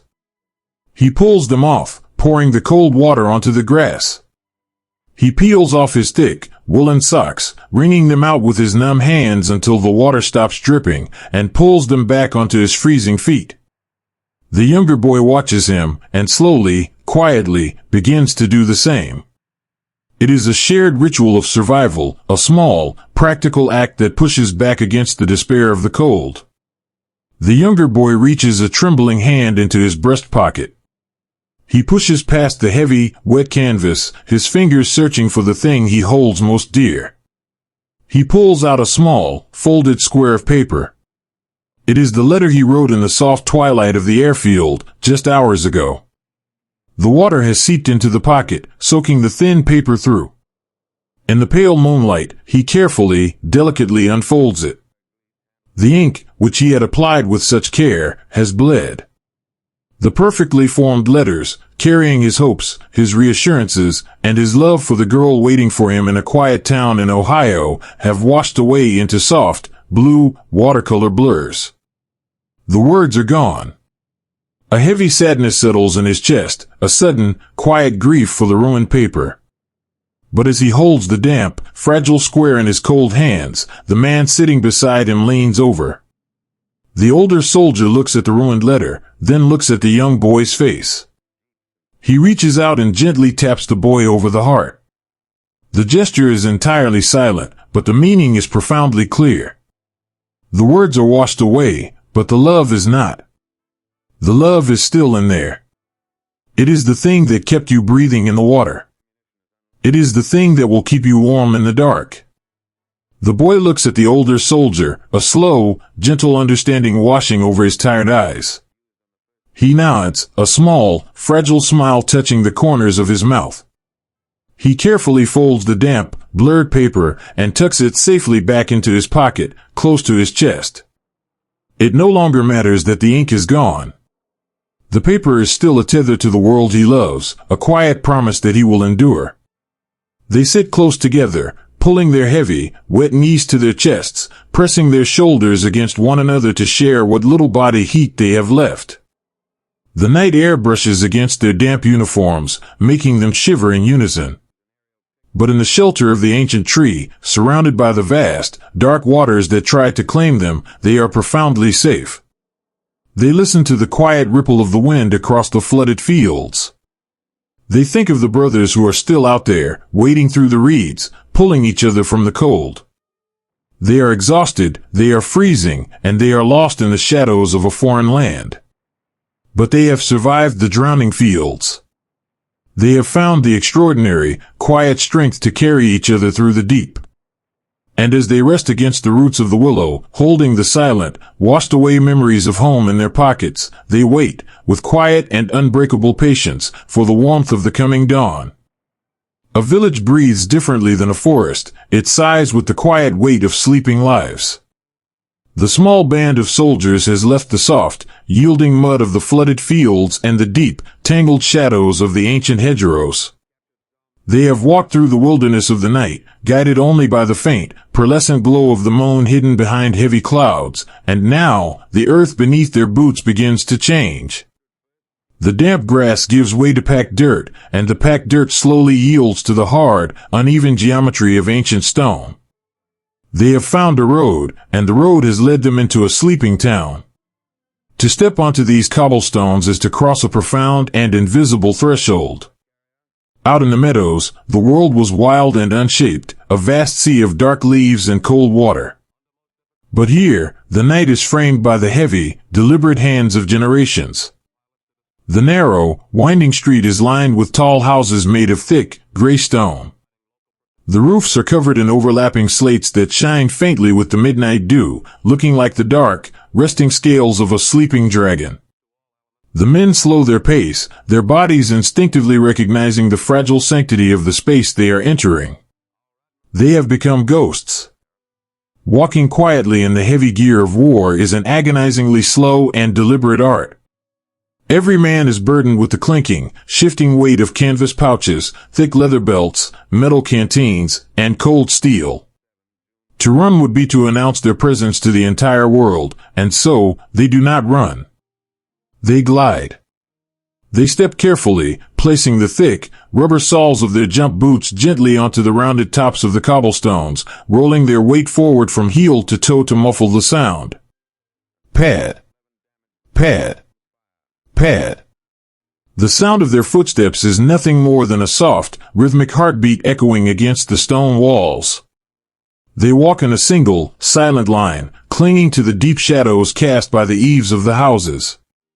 They trail their fingertips lightly along the rough, cool surface of the mortar and stone, finding physical balance in the architecture of this foreign place. The air here smells different. The scent of the swamp and the wild mint is gone, replaced by the deeply human aromas of domestic life. There is the faint, comforting smell of old wood smoke lingering in the damp mist, trapped between the narrow walls. There is the smell of rain-washed stone, of damp plaster, and, drifting from a low garden wall, the incredibly sweet, sudden perfume of blooming climbing roses. A young soldier, his face smeared with dark soot, pauses beneath a stone archway. He closes his eyes and breathes in the scent of the roses. In an instant, the heavy webbing pressing into his shoulders seems to lighten. The smell carries him gently backward, across the wide, dark ocean, to a small, neat house in Pennsylvania. He remembers his mother, kneeling in the soft dirt of her front yard, her hands encased in worn cotton gloves, carefully pruning her own rose bushes in the fading evening light. He can almost hear the soft snip of her shears. He can almost feel the warm breeze of a safe, American summer. He opens his eyes, looking up at the shuttered windows of the stone house beside him. Behind those thick, wooden slats, a family is sleeping. He wonders if there is a mother inside, dreaming of a quiet garden. He wonders if there are children curled beneath thick woolen blankets, their breathing slow and steady, completely unaware that a line of weary, heavily armed boys from another world is tiptoeing past their front door. There is an eerie, beautiful tension in this contrast. These soldiers are trained for the loudest, most violent storms of the world, yet here they are, moving with the delicate care of parents trying not to wake a sleeping infant. They communicate entirely in shadows. A raised hand. A slow nod. A gentle, reassuring touch on the shoulder of the man in front of them. They are surrounded by an occupied land, aware that danger could be resting in the very next building, but they do not harbor anger in their hearts as they walk this street. They harbor a deep, quiet reverence for the peace they are passing through. The village is filled with the silent artifacts of ordinary life, left out in the dark like small, vulnerable offerings. A wooden chair sits empty on a small, sweeping porch. A bicycle, its metal frame cold and beaded with dew, leans heavily against a stucco wall. Outside a heavy oak door, a pair of worn, wooden shoes rests on the stoop, waiting patiently for the morning sun. One of the men, a tall boy from the White Plains of the Midwest, stops by a low windowsill. Resting on the stone ledge is a small, carved wooden horse. It is a child's toy, left behind in the fading light of the previous evening.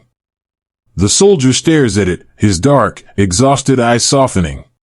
He does not touch it. He knows his canvas gloves are stained with the mud of the marshes, and he does not want to leave the mark of his journey on this innocent thing. But he hovers his hand just above it, feeling a profound, heartbreaking connection to the child who played with it. He thinks of his own little brother, whose bedroom floor is permanently scattered with wooden blocks and small metal cars.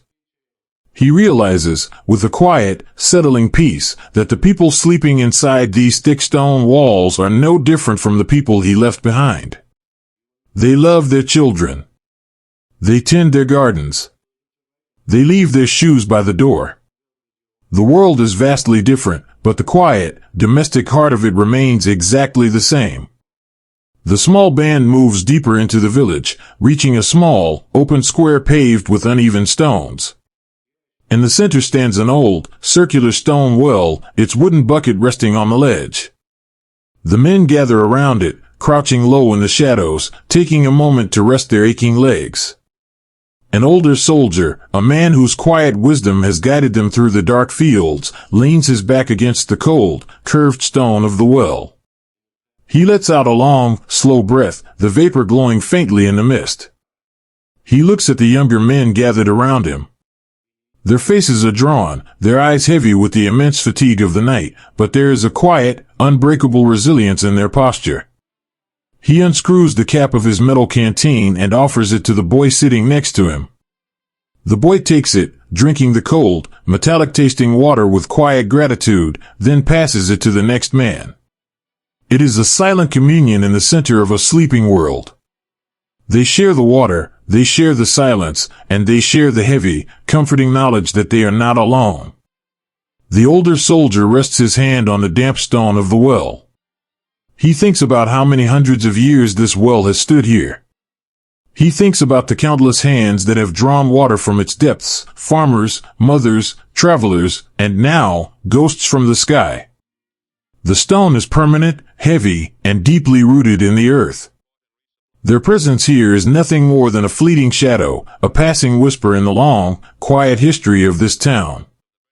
As they sit in the square, the wind shifts gently, rustling the leaves of a large linden tree, casting a canopy over the cobblestones.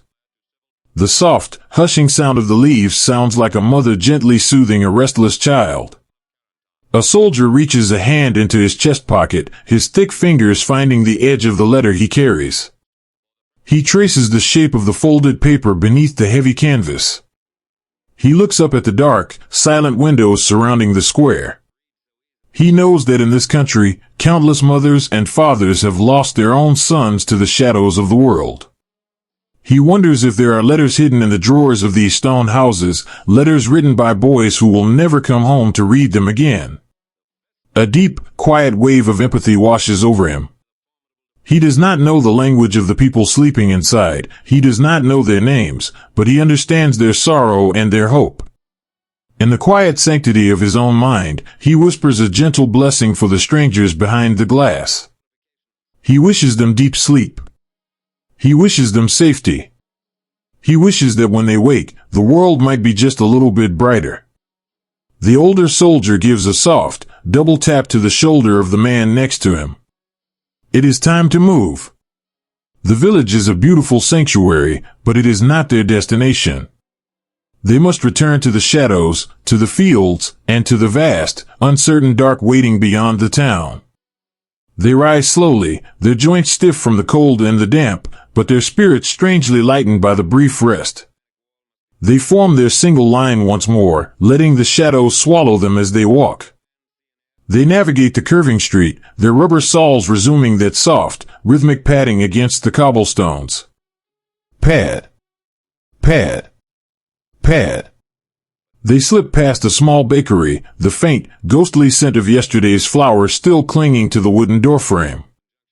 They pass a small, stone church, its tall spire reaching up into the mist like a quiet finger pointing toward the hidden stars. As they reach the edge of the village, the cobblestones begin to space out, surrendering once again to the soft, packed dirt of the country lane. The stone houses grow sparser, replaced by wooden fences and the looming, dark silhouettes of the apple orchards. The men step off the hard stone and back onto the yielding earth. Their footsteps become completely silent once more, muffled by the damp grass and the fallen leaves. Before they disappear entirely into the tree line, the young soldier from Pennsylvania stops and looks back. The village sits quietly in the valley, a cluster of dark roofs and silent streets wrapped in the thick, silver mist. No dogs have barked. No lamps have been lit. No shutters have been thrown open in alarm. They have moved through the heart of someone else's world without leaving a single trace, save for the faint, invisible memory of their quiet respect. The village remains deeply, beautifully asleep. The young man turns his face forward, into the dark breeze of the open country. He adjusts the heavy strap of his rifle, letting it settle comfortably against his shoulder. He carries the scent of the climbing roses with him. He carries the memory of the wooden horse on the windowsill. The village has given them a precious, fleeting glimpse of the quiet, ordinary life they are walking through the dark to protect. They slip beneath the canopy of the apple trees, becoming one with the shadows once again. The cobblestones are behind them, a gentle memory fading into the mist, as they continue their quiet, unbroken march through the velvet night, moving softly, steadily, toward the gray edge of dawn. Even in the deepest, most peaceful dark, the world can suddenly catch its breath. Beyond the quiet, sleeping villages and the winding cobblestone streets, the Norman countryside opens up once again into wide, sweeping pastures. The small band of soldiers has returned to the embrace of the ancient hedgerows, moving like a slow, deliberate shadow along the edges of the fields. The night here feels incredibly thick, wrapping around them like a heavy, soft blanket of velvet. The moon has slipped entirely behind a thick bank of clouds, leaving the men to navigate by instinct, by the subtle differences in the texture of the shadows, and by the faint, comforting sounds of one another's breathing. They have fallen into a rhythmic, almost hypnotic state of walking. The exhaustion of the long day, the heavy burden of their canvas gear, and the deep, cold dampness of the air have lulled their minds into a quiet suspension. They place one rubber-soled boot in front of the other, listening to the soft, gentle rustle of the wet grass parting beneath their feet. In this profound quiet, it is easy to imagine that they are the only people left in the world. They are just boys walking through a dark forest, tired and eager for the dawn, carrying the heavy, beautiful weight of the letters and memories tucked securely over their hearts. But the velvet night is vast, and they are not entirely alone. It does not happen with a grand, sweeping roar. It begins as a sudden, sharp intrusion of light. A bright, sudden spark flashes in the distance, illuminating a cluster of distant apple trees in a harsh, sudden yellow glare. A split second later comes a sharp, cracking sound that tears through the soft fabric of the quiet air. Then comes another spark. And another. Streaks of bright, brilliant light zip through the darkness overhead, crisscrossing the empty space above the fields like an unseasonal shower of strange, horizontal shooting stars. For the men walking in the shadows, the illusion of complete solitude shatters in an instant. The sudden pulse of fear is a purely physical thing. It is a sudden, icy drop in the stomach, a tight, breathless catch in the throat, and the sudden, deafening drumbeat of their own hearts pounding rapidly against their ribs. The hypnotic rhythm of their march is broken. They do not shout. They do not run blindly into the dark. Instinct, drilled into their very bones, takes over with a fluid, silent grace. Gravity becomes their closest ally, and the earth becomes their immediate savior. Like a flock of birds folding their wings to dive, the line of men melts instantly into the tall grass. They drop to the ground, pressing their heavy, canvas-clad bodies as flat and as deeply into the soft soil as they possibly can. The sudden scent of the earth rushes up to meet them, the sharp, vivid smell of crushed clover, damp dirt, and the ancient, resting roots of the hedgerow. The earth catches them with a gentle, unyielding firmness.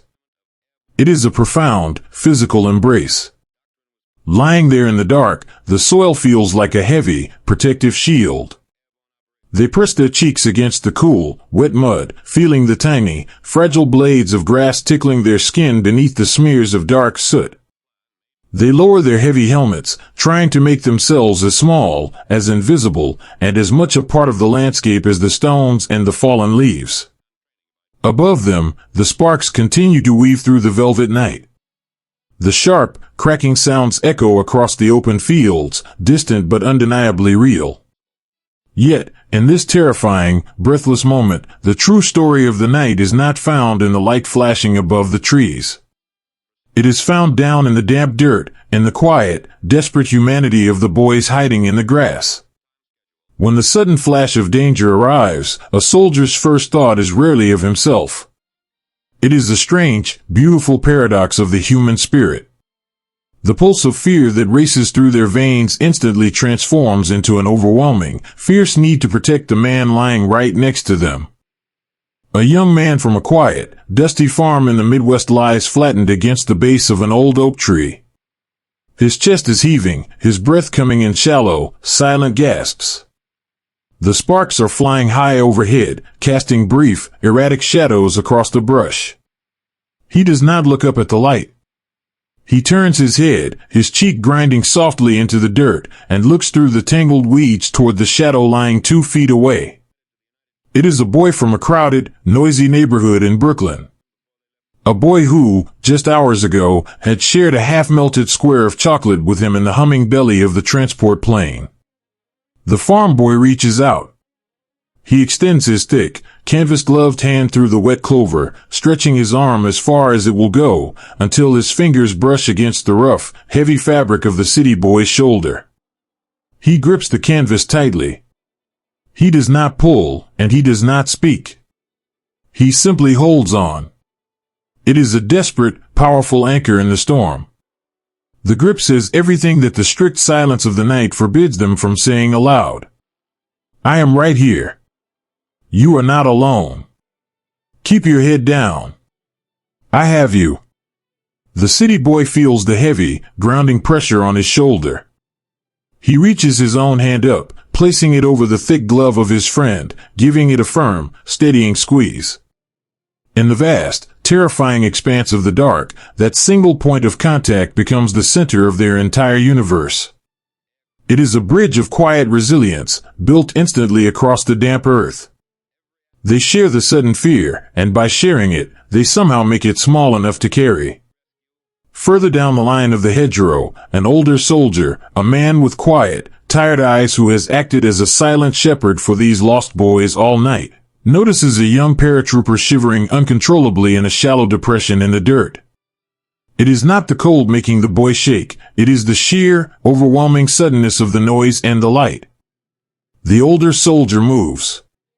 He doesn't crawl away from the danger, he crawls directly toward the young boy. He slides his heavy, gear-laden body across the wet leaves until he is pressing firmly against the boy's side. He takes his own heavy canvas pack, filled with supplies and the dense weight of his reserve parachute, and deliberately shifts his body, placing himself entirely between the young, shivering soldier and the open field where the sparks are dancing. He becomes a human wall. He builds a fortress out of his own devotion. He leans his helmet gently against the boy's helmet, the cold steel clicking softly in the dark. Breathe, he whispers, his voice so low, so incredibly soft, that it sounds just like the rustle of the wind in the apple branches. Just look at the dirt. Look at the grass. Slow your breathing down to match mine. In and out. That's it. We are safe right here. The young boy listens. He closes his eyes tight against the flashing lights. He focuses entirely on the deep, steady rise and fall of the older man's chest pressing against his shoulder. He matches the rhythm. In and out. The shivering begins to slow. The icy grip of panic begins to thaw, melted by the simple, profound warmth of a stranger's protective grace. For the men lying in the dirt, anchored by the hands of their friends, the mind begins to seek refuge in the quiet corners of memory. A soldier presses his hand against his breast pocket, feeling the stiff, folded edge of the letter he carries. The paper is safe beneath the heavy canvas. He watches a streak of yellow light arc across the black sky, and he forces his mind to change the shape of it. He imagines he is back home on a warm, humid evening in late July. He imagines sitting on the wooden planks of his back porch, a cold glass of sweet tea resting beside his knee, watching a distant summer thunderstorm roll across the plains. He imagines the flashes of light are simply heat lightning, silently dancing in the thick clouds. He remembers the heavy, comforting smell of the approaching rain, and the safe, familiar creak of the porch swing moving in the breeze. He wraps this memory around himself like a protective shield. He holds onto the letter, holding onto the promise he made to the people he loves. He will endure this dark. He will stay flat against the earth, he will hold the hand of his brother, and he will wait for the storm to pass. Time feels entirely distorted in these moments. A single minute stretches out, feeling as long and as deep as an ocean. The men lie perfectly still, breathing the scent of the crushed clover, listening to the sharp cracks in the distance and the reassuring, steady heartbeats of the men pressed against them. And then, as suddenly as the sparks began, they stop. The last streak of light fades into the blackness. The sharp, cracking echoes roll away across the fields, dissipating into the heavy, damp air. The velvet night rushes swiftly back in, sealing the tear in the fabric of the dark. For a long, suspended moment, no one moves. They lie in the dirt, their ears ringing softly, waiting to see if the silence will hold. Slowly, tentatively, the natural world reclaims the space. A small, brown bird, disturbed from its rest in the hedgerow, shifts its weight on a branch, rustling the leaves. A brave cricket, hidden deep in the roots of the oak tree, lets out a single, hesitant chirp. Then another. The profound, heavy sigh of collective relief that washes over the men is almost palpable. It is a physical release of tension that leaves their muscles feeling weak and incredibly warm. The farm boy slowly releases his tight grip on the city boy's shoulder, patting the canvas twice, a gentle, silent celebration of their survival. They do not stand up immediately. They rise slowly, carefully, pushing themselves up from the damp earth to a low crouch. They brush the wet leaves and the dark mud from their elbows and their knees. In the dim, pearlescent glow of the hidden moon, they look at one another. The soot on their faces is smeared with the dirt of the field. Their eyes are wide, still carrying the adrenaline of the moment, but the fear has completely vanished. In its place is a deep, unbreakable solidarity. They have faced the sudden, violent sparks of the unknown, and they have done exactly what they were meant to do. They held on to each other. An older soldier reaches out and gently wipes a clump of wet mud from the edge of a younger boy's helmet. It is a tender, fatherly gesture. A soft nod is passed down the line. We are okay. We are still here. They turn their faces back toward the long, dark path ahead.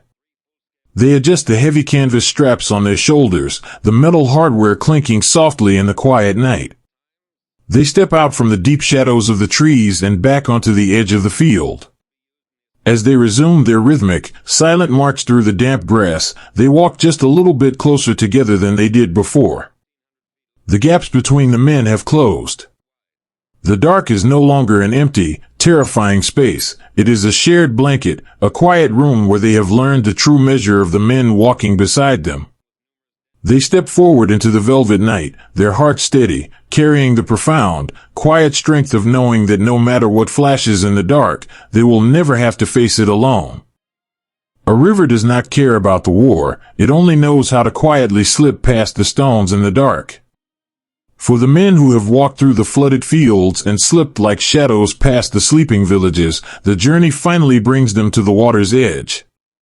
They have reached the crossroads and the bridges. These are the places they were sent to find, the vital arteries of the Norman countryside, built of heavy, ancient stone and spanning the slow, dark currents of the canals. Having found their destination, the walking stops. And with the stillness comes the hardest task of the entire night, the waiting.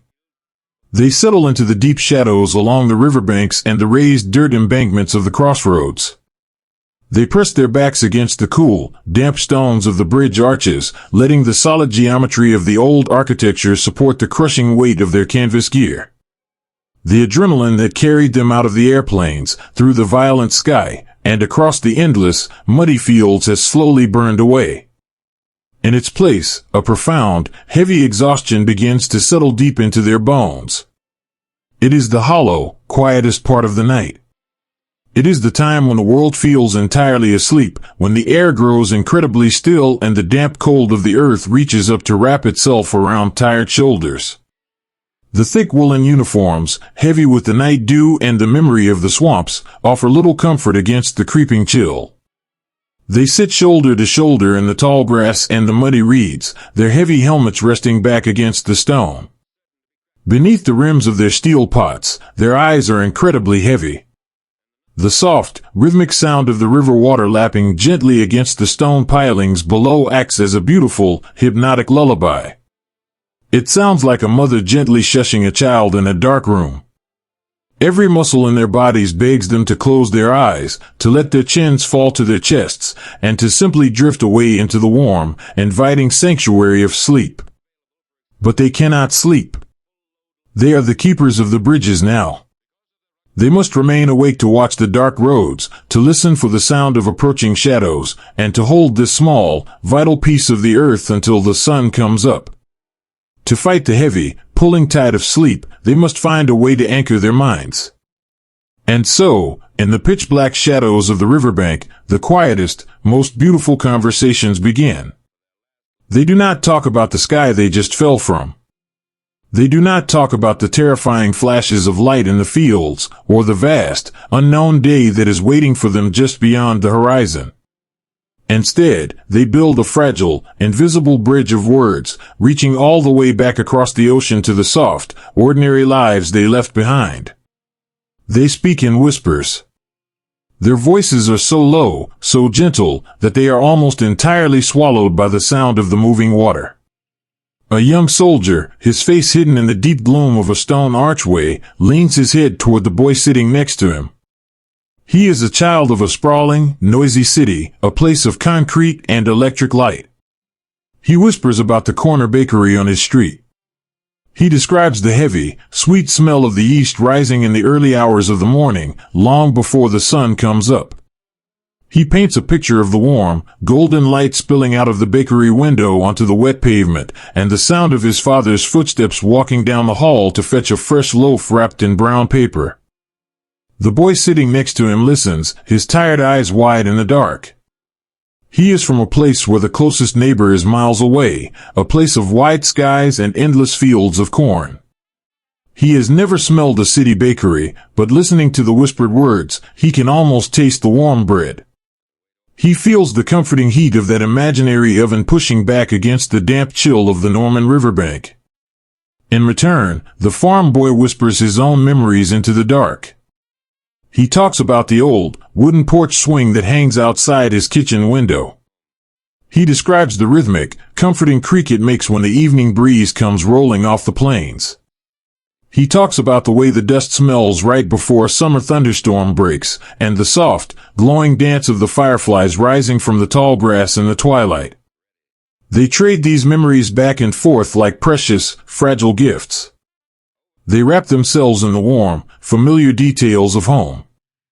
A description of a girl's laugh. The specific, rattling sound of an old car engine starting in the cold. The taste of a mother's Sunday roast. The scratchy, comforting warmth of a grandfather's woolen blanket. These whispered stories are acts of quiet, profound heroism. They are not fighting the dark with steel or fury, they are holding the dark at bay with love. The boy from the city keeps the boy from the farm awake, and the boy from the farm keeps the boy from the city anchored to the earth. Sometimes, the whispers fade, and the exhaustion threatens to pull them under again. In these moments, small, silent kindnesses become the lifeline. A soldier feels his heavy eyelids dropping. His chin slowly falls toward the thick canvas of his reserve parachute. The world begins to blur and soften into a warm, gray mist. But before he can slip entirely into sleep, he feels a gentle, firm pressure against his ribs. The man sitting beside him has nudged him with a heavy elbow. The sleeping boy startles slightly, opening his eyes to the dark. The man next to him does not say a word. He simply reaches over, his thick, canvas-gloved hand finding the boy's shoulder, and gives it a slow, reassuring squeeze. I know you are tired. I am tired, too. But stay with me. Just for a little while longer. The young boy nods in the dark, blinking the sleep from his eyes. He reaches into his webbing and pulls out a metal canteen. He unscrews the cap, the soft scraping sound barely audible over the river, and takes a slow sip of the cold water. He wipes his mouth, then passes the heavy metal flask to the man who just woke him. It is a shared cup in the wilderness, a quiet promise that they will carry the burden of the night together. Further down the line, a man sits perfectly still, his hands cupped gently in his lap. Inside his hands, he holds a small, silver pocket watch. He cannot see the face of the watch in the deep shadows. He cannot see the hands moving across the numbers. But he can feel it. He presses the smooth, cold metal against the palm of his hand and feels the tiny, mechanical heartbeat ticking inside the casing. Tick. Tick. Tick. It is a steady, uncompromising rhythm. The watch belonged to his father, and to his grandfather before that. It has kept time through peaceful summers, through long, quiet winters, and through the beautiful, mundane turning of ordinary days. He holds the watch as if it were a living thing. The ticking is a tether to a world that makes sense. It reminds him that time is still moving, even when it feels as though the night will last forever. It promises him that the earth is still turning, and that somewhere, far away, the sun is shining on a quiet street. He listens to the watch, and he listens to the river, letting the two rhythms intertwine into a soothing, quiet song that keeps his mind awake. And, of course, there are the letters. In the long, agonizing hours of the wait, the men do not need light to read the words they carry in their breast pockets. They know the lines by heart. A young husband, shivering gently against the damp stone of the bridge, closes his eyes and traces the shape of the folded paper through his thick jacket. He sees the graceful, looping handwriting of his wife in his mind's eye. He remembers the way she signed her name, the soft pressure of the pen pressing into the paper. He repeats her words to himself, over and over again, like a quiet prayer. I am always with you. Come back to me. He breathes the words into the cold Norman air.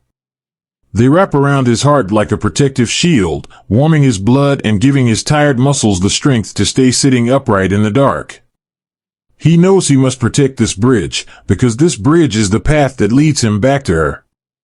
The hours stretch out, long and elastic.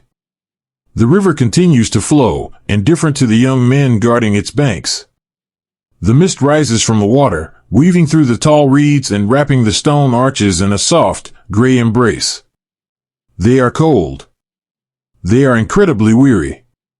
They are completely cut off from the rest of the world, sitting in the deep shadows of a foreign land. But they are not broken.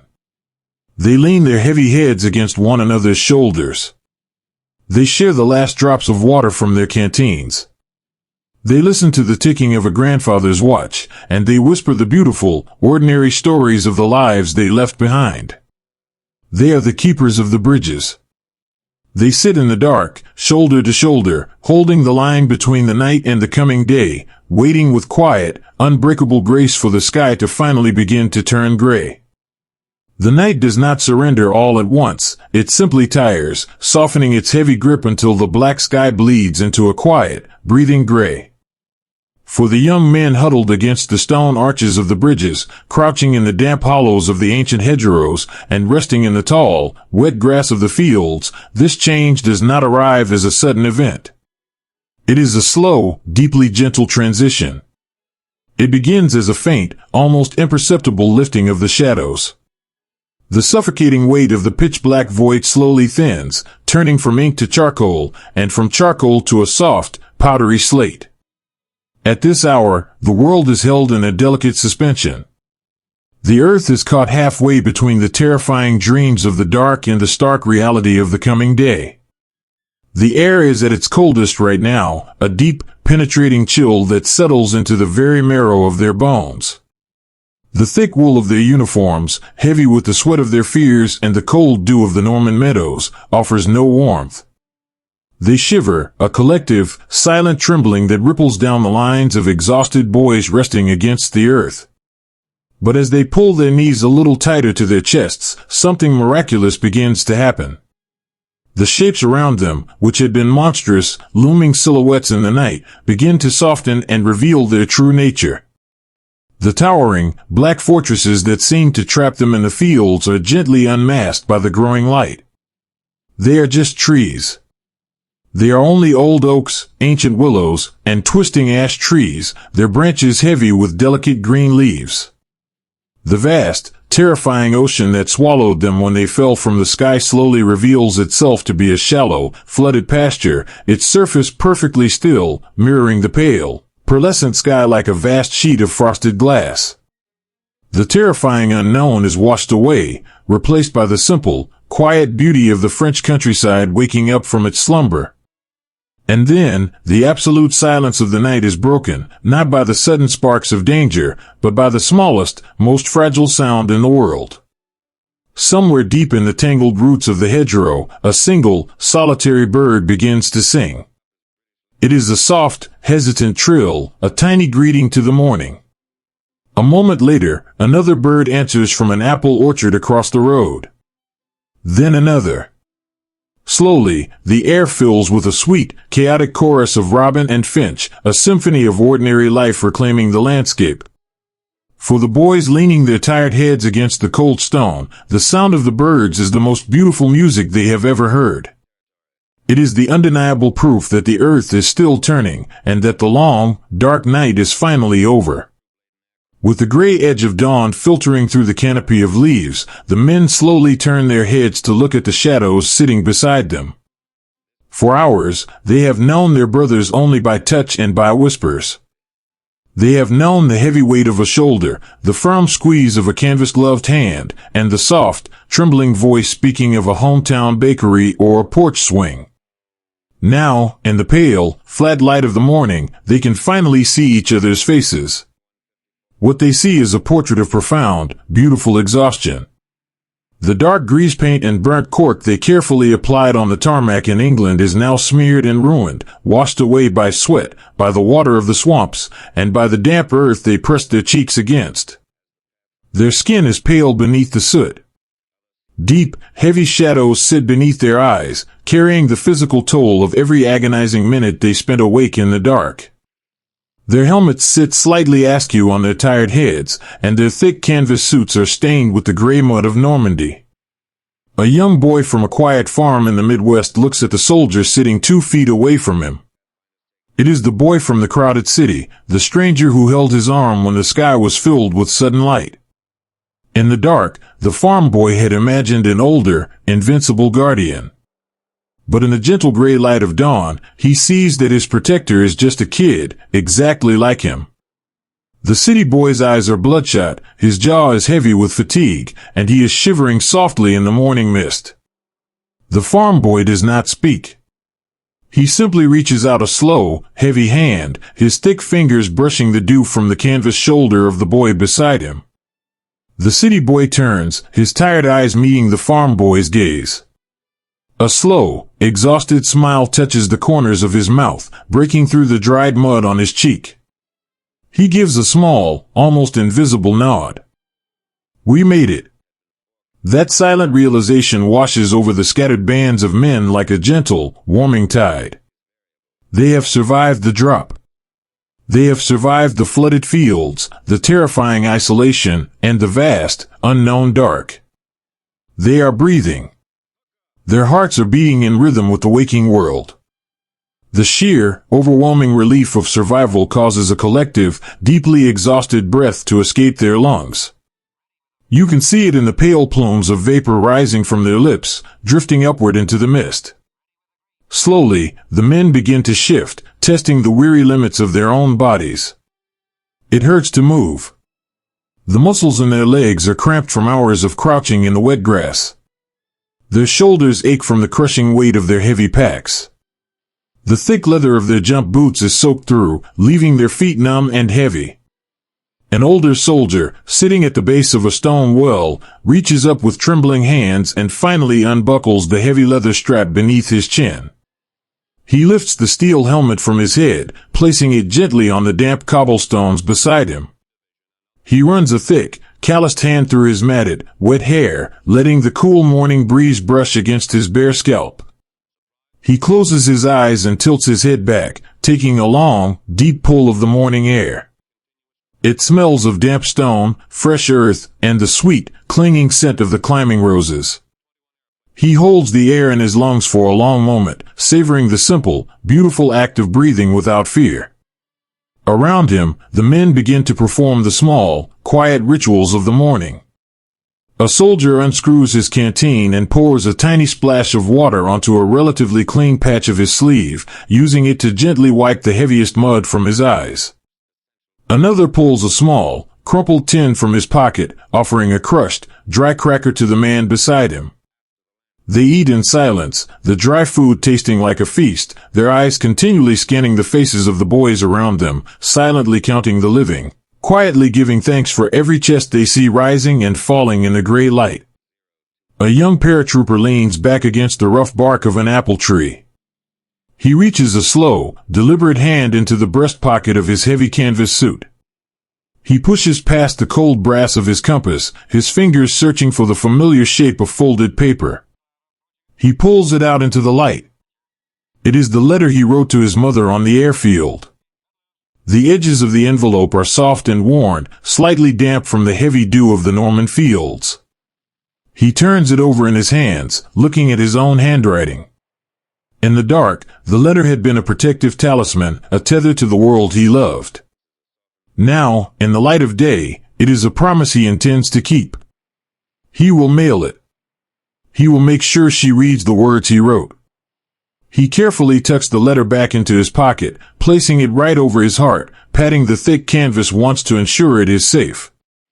He digs a little deeper into the pocket and pulls out a small, sepia-toned photograph. The edges are frayed, the image slightly curved from being pressed against his chest. It is a picture of a young woman standing on a wooden porch, squinting happily into a summer sun. He holds the photograph in the palm of his dirty, calloused hand, letting the pale gray light wash over her smiling face. For the last 8 hours, he had been entirely consumed by the need to survive the next minute, the next footstep, the next shadow. But looking at her face in the dawn, the future suddenly exists again. The world is no longer just a terrifying, dark field. It is a place that holds front porches, summer suns, and people waiting for him to come home. A single, quiet tear escapes the corner of his eye, cutting a clean path through the dark soot on his cheek. He doesn't wipe it away. He simply brings the photograph to his lips, pressing a soft kiss to the worn paper, before tucking her safely back against his heart. And then, the moment they have all been waiting for finally arrives. The gray sky at the very edge of the horizon begins to warm. The slate color softens into a pale, bruised lavender, and then, a delicate, fragile ribbon of gold breaks across the eastern tree line. The sun is rising. It does not burst into the sky, it spills over the edge of the world like warm honey. The first long, golden rays pierce through the thick morning mist, turning the airborne droplets into floating dust motes of pure light. The sunlight touches the tops of the ancient hedgerows, painting the damp leaves in brilliant, vivid green. It stretches across the flooded fields, turning the dark water into a shimmering sea of copper and gold. And finally, the light touches the men. The warmth of the sun falling across their cold, damp shoulders is a physical blessing. It is a gentle, radiant embrace that seeps through the heavy, wet wool of their uniforms and settles deep into their shivering bones. They turn their faces toward the horizon, closing their heavy eyes, letting the golden light wash over their ruined grease paint and their exhausted features. In this beautiful, golden hour, they are no longer ghosts haunting a dark and terrifying landscape. They are just boys standing in a meadow. They are sons, brothers, and husbands, bathed in the quiet grace of a new morning. The shadows of the long night retreat, shrinking away from the boots of the men, hiding themselves in the deep roots of the trees. The world is awake. The quiet murmurs of the men grow just a little bit louder, infused with the fragile, returning energy of the day. They reach out and help each other to their feet, their hands gripping canvas straps, pulling their brothers up from the damp earth. They stand together in the tall grass, leaning heavily on their rifles, blinking into the beautiful, blinding light of the dawn. They do not know what the rest of the day will ask of them. They do not know how far they will have to walk, or what waits for them beyond the apple orchards. But for this one, perfect moment, standing on the gray edge of dawn as it turns to gold, they do not have to carry the weight of tomorrow. They have carried each other through the dark, and they have emerged into the light. They take a long, deep, collective breath of the morning air, feeling the warmth of the sun on their faces, ready to face the day together. The most beautiful promises are sometimes written in the empty spaces of the sky. The golden light of the early morning has finally settled over the Norman countryside, chasing away the last lingering ghosts of the long, terrifying dark. The mist that had wrapped the ancient hedgerows and flooded fields in a cold, gray embrace has burned away, leaving behind a world that smells of crushed clover, damp earth, and the sweet, warming bark of the apple orchards. For the weary paratroopers scattered across these fields, the daylight is a profound and gentle blessing. They sit in the tall grass, their backs pressed against the thick, protective trunks of old oak trees, letting the sun warm their shivering shoulders. Their faces are still smeared with the dried, cracked remnants of dark grease paint, and their eyes carry the heavy, inescapable weight of the hours they spent wandering in the void. They are safe for this suspended moment, breathing in the quiet air, but an undeniable heaviness still rests upon their hearts. They are entirely isolated. They are a handful of young boys dropped behind the heavy curtain of the world, surrounded by an occupied land. The silence of the morning, though beautiful, is also a reminder of their profound distance from everything they know.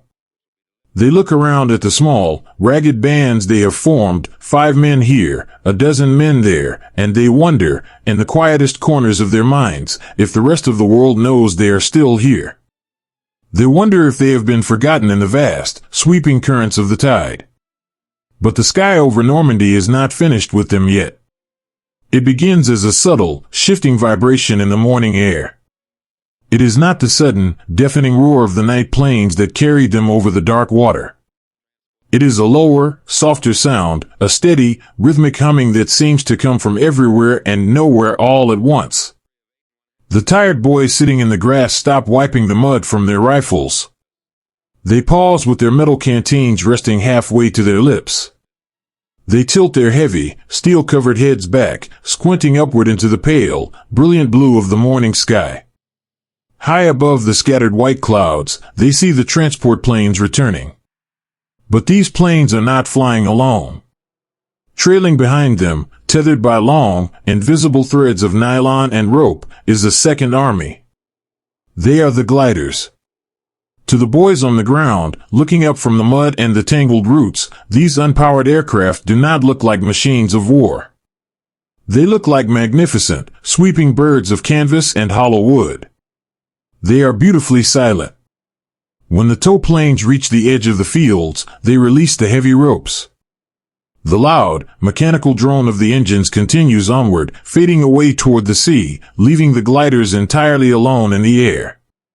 Without engines, the gliders rely only on the invisible currents of the wind and the quiet, steady hands of the boys steering them. As they begin their long, slow descent toward the earth, the only sound they make is a gentle, rushing whisper. It is the sound of the morning breeze catching the taut fabric of their wide wings. It sounds like a great, collective sigh of relief falling from the heavens. Down in the meadows, the paratroopers slowly rise to their feet. The exhaustion that had pinned them to the earth just moments ago evaporates, replaced by a profound, overwhelming wave of emotion. They stand in the tall grass, their heads thrown back, their mouths slightly open in awe. They are watching a promise unfold above them. Every silent, swooping shadow passing over the sun is a physical reminder that they are not abandoned. The boys in the gliders are bringing jeeps, medical supplies, and heavy equipment, yes. But more importantly, they are bringing themselves. They are crossing the sky to stand in the mud beside the brothers who jumped in the dark.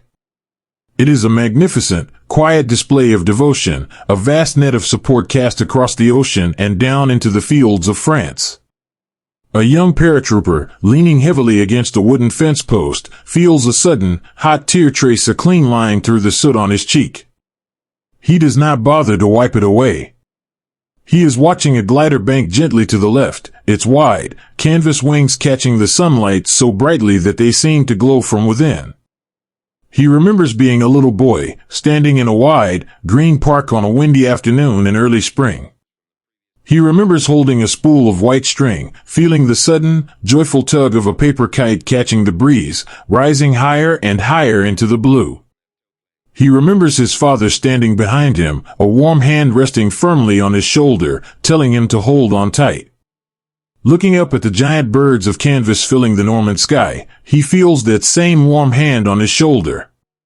He feels the entire weight of his home, of his country, and of the people who love him, pulling him back from the edge of the dark. He is not a castaway. He is the anchor, waiting in the grass, and the sky is finally bringing his family down to meet him. The descent of the gliders is a clumsy, beautiful ballet.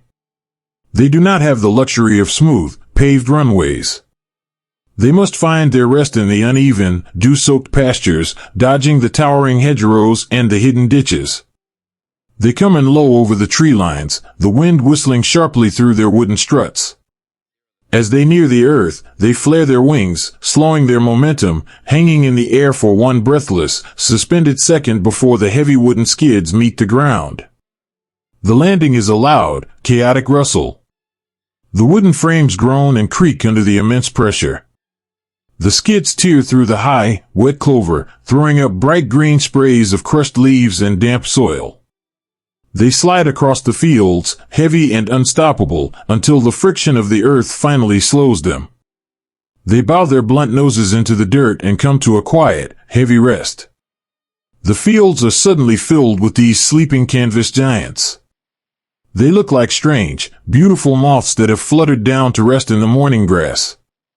For a moment, the world is completely still. The paratroopers stand in the shadows of the hedgerows, watching the resting gliders. They wait. Then, the heavy canvas doors are pushed open. The men who step out into the sunlight are a startling contrast to the ghosts waiting for them in the grass. The glider infantrymen do not wear the dark, smeared grease paint of the night jump. Their faces are clean, pale, and incredibly young. Their uniforms are dry. They carry the fresh, anxious energy of boys who have just crossed the threshold into the unknown. They step tentatively down onto the soft French soil, blinking in the bright morning light, looking around at the tangled green walls of the hedgerows. And then, from the shadows of the trees, the paratroopers begin to emerge. It is a quiet, profoundly moving reunion of strangers. The soot-stained boys of the night walk slowly across the crushed grass, their heavy jump boots moving silently toward the newly arrived men. They look like weary, ancient guardians of the field stepping out to welcome the dawn. A glider pilot, his hand still trembling slightly from the sheer, terrifying effort of steering the heavy wooden frame into the small pasture, watches a paratrooper approach. The paratrooper's uniform is soaked with the mud of the swamps, his helmet is scratched, and his eyes carry a depth of exhaustion that the pilot cannot fully comprehend. But as the paratrooper draws near, his tired face breaks into a wide, brilliant smile. He reaches out a heavy, canvas-gloved hand. The pilot takes it, feeling the firm, grounding grip of a brother who has already walked through the fire. "We were starting to wonder if you got lost," the paratrooper whispers, his voice raspy and dry.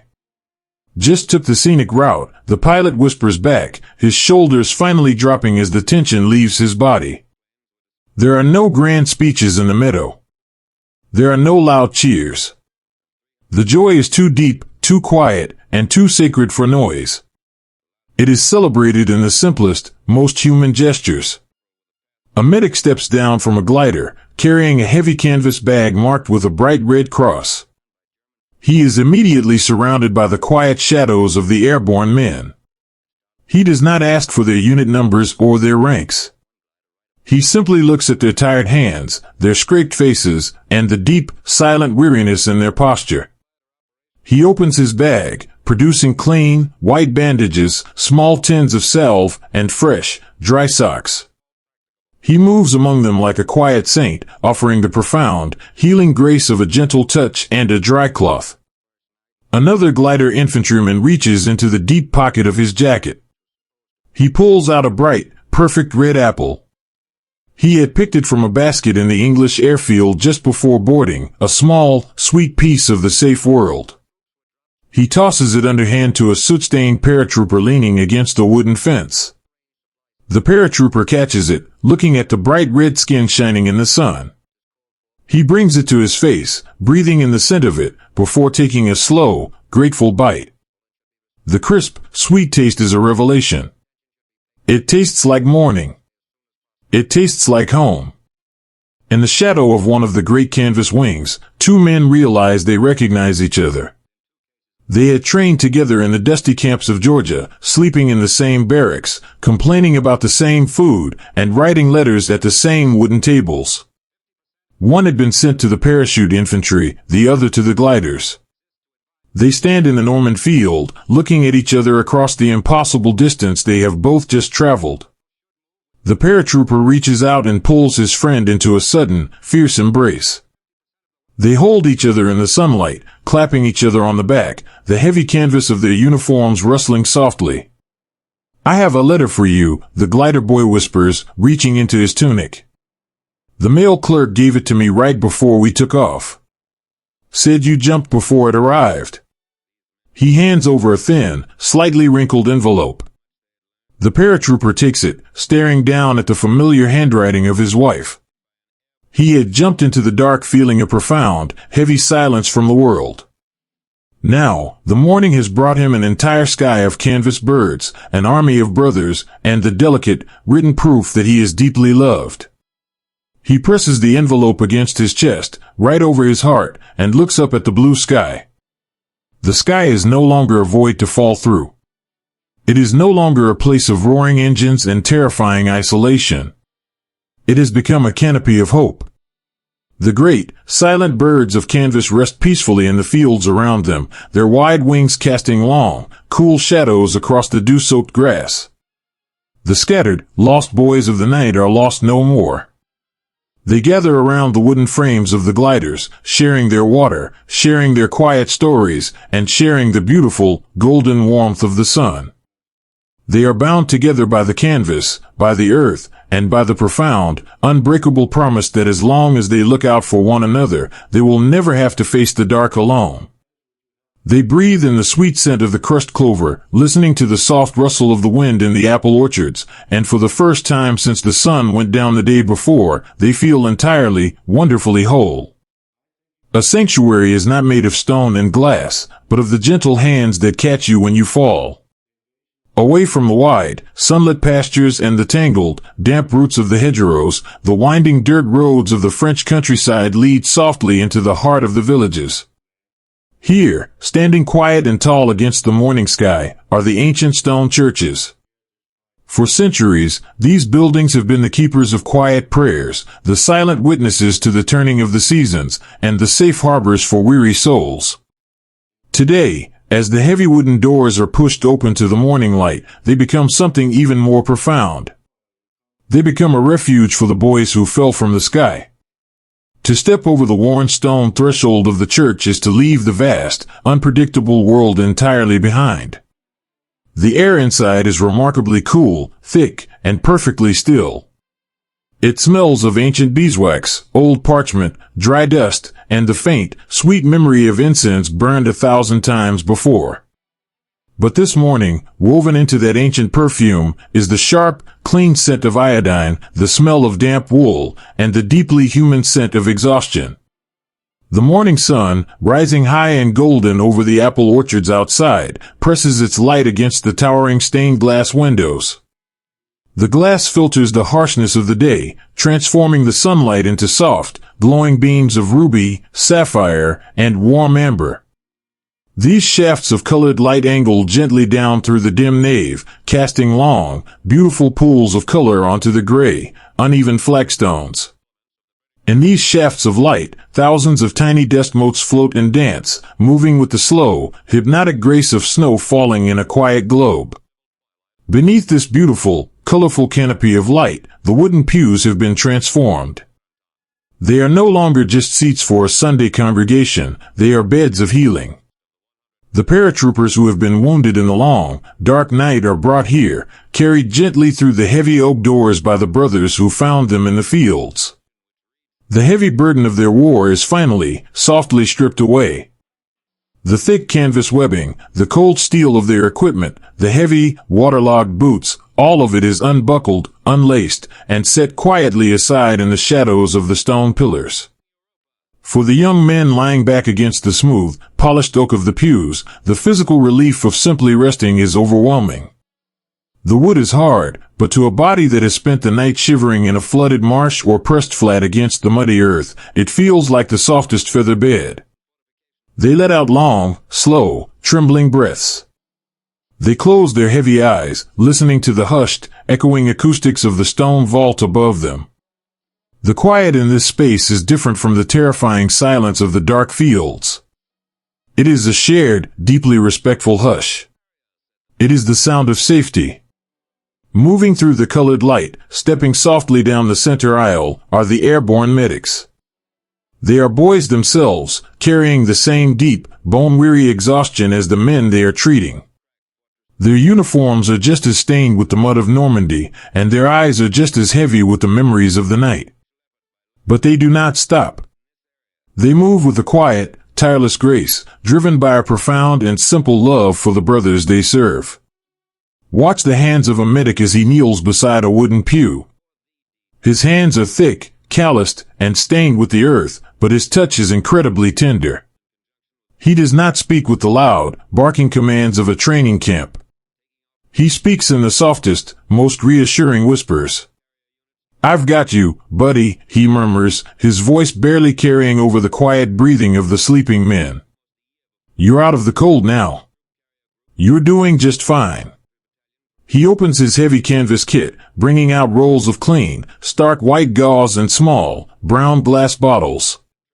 He pours cool, clean water onto a soft cloth and begins to gently wipe the face of the wounded boy. He washes away the dark soot, the burnt cork, and the thick, gray mud of the hedgerows. It is a slow, methodical, and deeply beautiful act of care.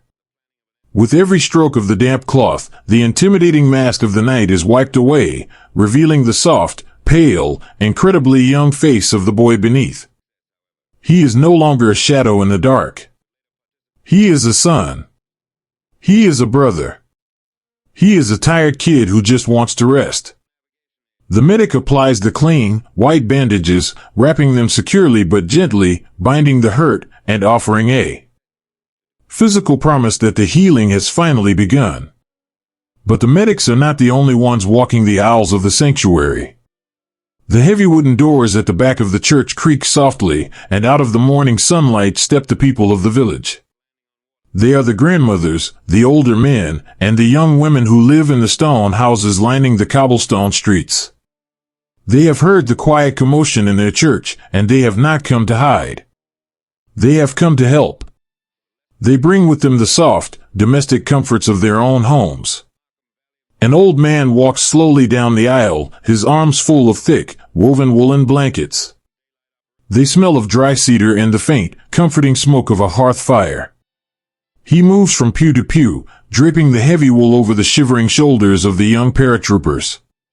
He tucks the edges in around their boots, ensuring no cold draft can reach them. He does not speak a word of English, but when he meets the eyes of a young American boy, he offers a slow, deep nod of absolute respect and gentle care. A few feet away, an older French woman, wearing a dark shawl draped over her narrow shoulders, kneels beside a young soldier. The boy is feverish, his brow shining with sweat, his eyes closed tight against a pain he refuses to complain about. The woman places a small, ceramic basin of cool well water on the stone floor. She dips a piece of torn, clean linen into the water, wrings it out with her small, papery hands, and rests it gently across the boy's forehead. The sudden, cool relief causes the boy's shoulders to instantly drop. He opens his eyes, looking up at the unfamiliar face of the woman leaning over him. She smiles. It is a warm, universally understood smile. She reaches out and takes his large, heavy hand in both of her small ones. She holds it tightly, resting it against her apron. And then, she begins to hum. It is a low, soft melody, an old French lullaby she probably sang to her own children decades ago. The tune floats in the cool air, wrapping around the boy like a protective blanket. He does not understand the language of her country, but he perfectly understands the language of her heart. The gentle pressure of her hands and the soothing vibration of her voice transport him back to a time when he was small, when the world was safe, and when a mother's touch could fix absolutely anything. He lets his heavy eyelids flutter shut, his breathing slowing to match the rhythm of her song, anchored to peace by the hands of a stranger. Amidst the bandages, the warm blankets, and the soft humming, there is a breathtaking, quiet dignity to these wounded boys. There is no crying out. There is no anger. There is only a profound, silent resilience. They endure their pain with a stoic grace that makes the quiet church feel even more sacred. If a boy has a canteen with a few drops of water left, he does not drink it himself. He passes it to the man in the pew beside him, offering a dry, cracked smile. If a medic asks a soldier how he is holding up, the answer is almost always a quiet, "Take care of him first, document. I can wait." They have carried each other through the terrifying void of the night sky and the freezing waters of the swamps, and they continue to carry each other here, in the soft, colored light of the sanctuary. Near the stone steps leading up to the main altar, a young paratrooper is resting with his arm bound tightly to his chest in a thick white sling. His eyes are open, watching the dust motes drift lazily through a beam of sapphire light. He turns his head slightly as one of the village women, a young girl no older than his own sister, approaches him with a small cup of hot, sweetened tea. He takes the cup with his good hand, whispering a soft thank you, hoping she understands the gratitude in his tone. She nods, offering a shy, gentle smile, and turns to leave. But the boy calls out softly. He gestures with his chin toward the upper left pocket of his heavy canvas jump jacket, which is resting on the stone floor beside him. The girl pauses, understanding his pantomime. She kneels, her fingers carefully unbuttoning the thick canvas flap. She reaches inside and pulls out a thin, folded square of paper. It is a letter. The boy sets the tea on the wooden bench and holds out his only good hand. The girl places the fragile, slightly wrinkled paper into his palm. He cannot unfold it with just one hand, but he does not need to read the words. He simply wants to hold it.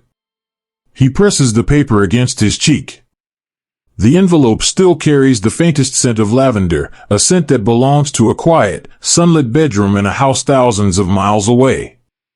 It is a letter from his wife, written weeks ago, carried across the ocean, into the roaring airplanes, and down through the dark skies of Normandy. He closes his eyes, feeling the smooth texture of the paper against his skin. In the quiet hush of the church, surrounded by the soft murmurs of the medics and the gentle humming of the village women, he builds a quiet room in his mind. In that room, he is sitting in a worn armchair, the radio is playing a soft jazz tune, and his wife is sitting across from him, reading a book in the evening light. He holds onto that image with all his remaining strength. The letter is his tether. It is the proof that he is loved, that he has a home, and that this stone church is just a temporary resting place on the long journey back to her.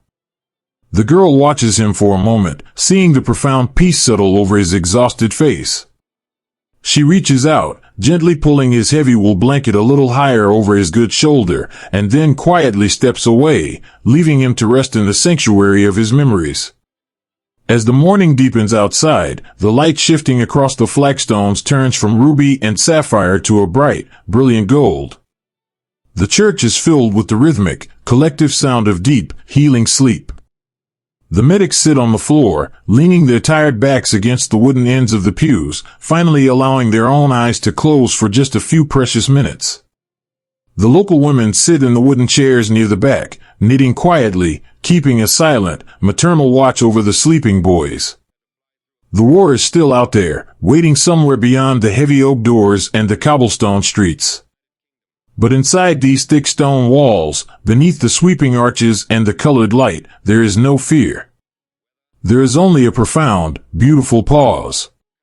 They are surrounded by the clean white of fresh bandages, the dark, polished wood of the church pews, and the quiet, unbreakable grace of human kindness. They have survived the longest night of their lives, and now, watched over by friends and strangers alike, they finally surrender to the gentle, heavy embrace of sleep, resting safely in the quiet, healing arms of the morning. The heaviest weight a human heart can carry is the sudden, profound silence of an empty space. As the morning sun climbs higher into the pale blue sky, warming the damp, crushed grass of the Norman fields, the scattered bands of airborne men finally begin to come together. They emerge from the deep shadows of the ancient hedgerows, from the muddy banks of the flooded marshes, and from the quiet, cobblestone streets of the sleeping villages. They gather in a wide, sweeping apple orchard, seeking the gentle, dappled shade beneath the canopy of green leaves. The frantic, desperate energy of the night has entirely burned away. Now, they simply sit.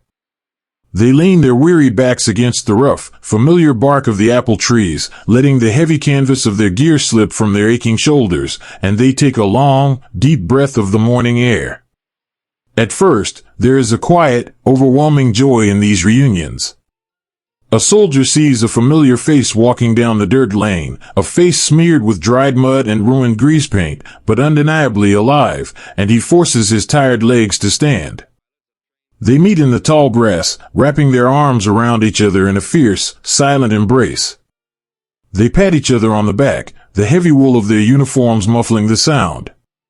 They share a canteen, passing the cold water back and forth, celebrating the simple, miraculous fact that they are both still breathing in the daylight. But as the morning stretches on, and the trickle of men emerging from the tree line begins to slow, the atmosphere in the orchard subtly, gently changes. The joy of survival softens, giving way to a quiet, creeping ache. The men stop talking. They sit in the clover, their hands resting loosely on their knees, and they begin to look around. They do not call out roll calls with loud, barking voices. They do not read from official clipboards.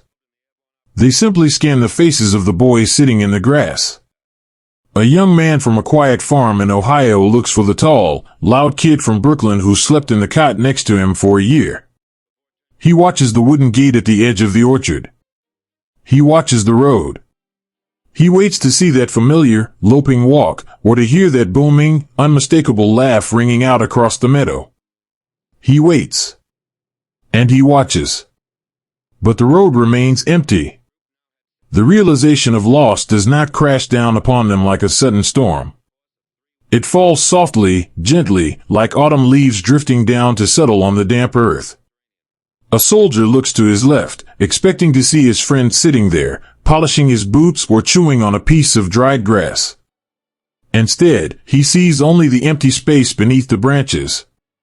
He realizes, with a slow, sinking heaviness in his chest, that the boy who helped him buckle his heavy parachute harness in the amber light of the airfield will not be walking out of the fields today. In this quiet, sunlit orchard, the missing men are still vividly, beautifully present. They live in the immediate memories of the night before. A survivor reaches into the deep pocket of his jumpsuit and his fingers brush against a small, foil-wrapped square of peppermint gum. It was given to him in the dark, humming belly of the transport plane by a boy whose face he couldn't even see. He pulls the small square of foil out into the light and holds it in the palm of his dirty hand.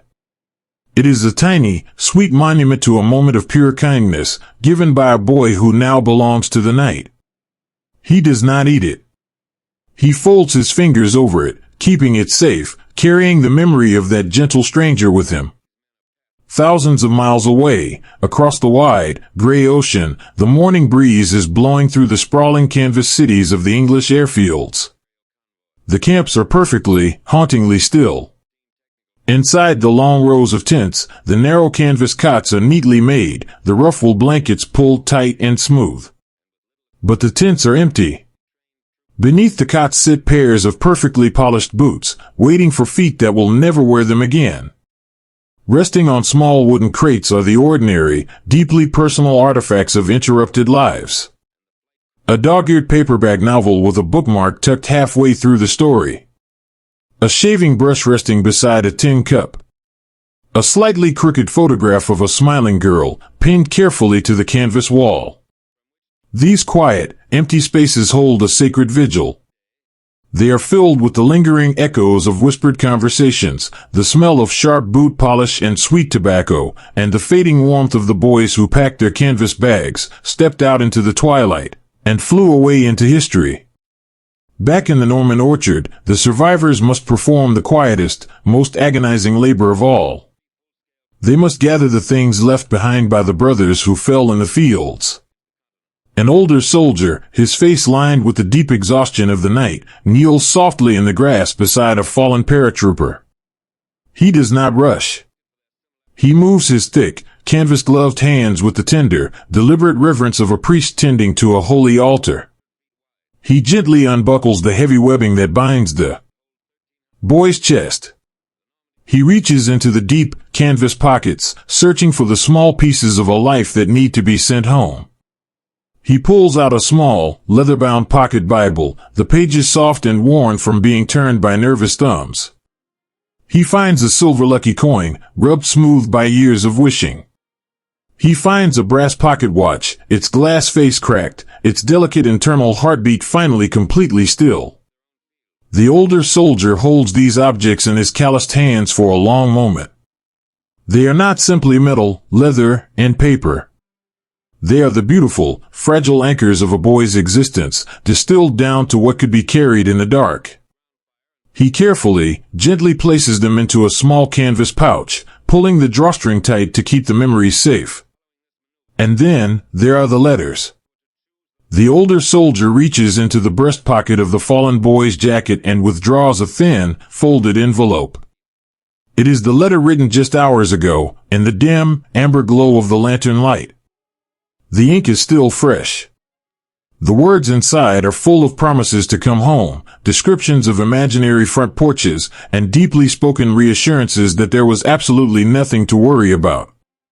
A profound, suffocating sorrow washes over the older soldier as he looks at the handwriting. He knows that in a few weeks, a mother standing in a quiet, sunlit kitchen in America will open her mailbox. She will see her son's familiar script on the envelope. She will open the letter, her heart lifting with joy as she reads his confident, loving words, not knowing that the boy who wrote them had slipped away into the shadows of a French meadow before the ink was even fully dry. The survivors carry this terrible, heartbreaking knowledge. They carry the weight of those untold stories, and the ghosts of the promises that could not be kept. Sitting in the dappled sunlight of the orchard, the men who survived pull out their own small notepads. They unscrew the caps of their fountain pens or sharpen their small wooden pencils with their pocket knives. They are writing home again. But these are not the hopeful, reassuring letters of the night before. These are the hardest words they will ever have to write. Some are writing to their own families, simply to say, "I am still here. I am safe. The sun came up." But others are writing to the mothers, the fathers, and the young wives of the boys who did not make it. It is a slow, agonizing translation of grief into graphite. How do you fold the magnitude of a lost life into a small, white envelope? How do you soften a blow that will shatter a quiet house across the world? They hunch over their knees, staring down at the blank pages, their hands trembling slightly. They do not write about the terrifying flashes of light in the dark, or the cold, drowning waters of the swamp. They build gentle, protective bridges of comfort. He was incredibly brave, a young soldier writes to a mother he has never met. He was not alone. We were right there with him. He talked about your Sunday dinners all the time, and he loved you very much. Another boy, sitting against the trunk of a great oak, stares at his paper for a long, quiet hour. He cannot find the words to describe the friend he lost. He cannot capture the laugh, the shared jokes, or the quiet moments of terror they faced together in the dark. Finally, he simply presses the pencil to the page and writes, "I loved him like my own brother, and I will never, ever forget him." He folds the paper carefully, sealing it with a heavy heart, sending a piece of his own soul across the ocean to comfort a stranger. There is no loud wailing in the apple orchard. There is no dramatic, cinematic weeping. The grief of these men is a deeply private, silent river that flows steadily beneath the surface of the morning. They comfort each other not with grand gestures, but with the quiet, profound grace of simple presence. A young boy sits on the grass, his face buried in his dirty hands, his shoulders shaking with silent, invisible sobs. The man sitting next to him does not tell him to be strong. He does not tell him to stop.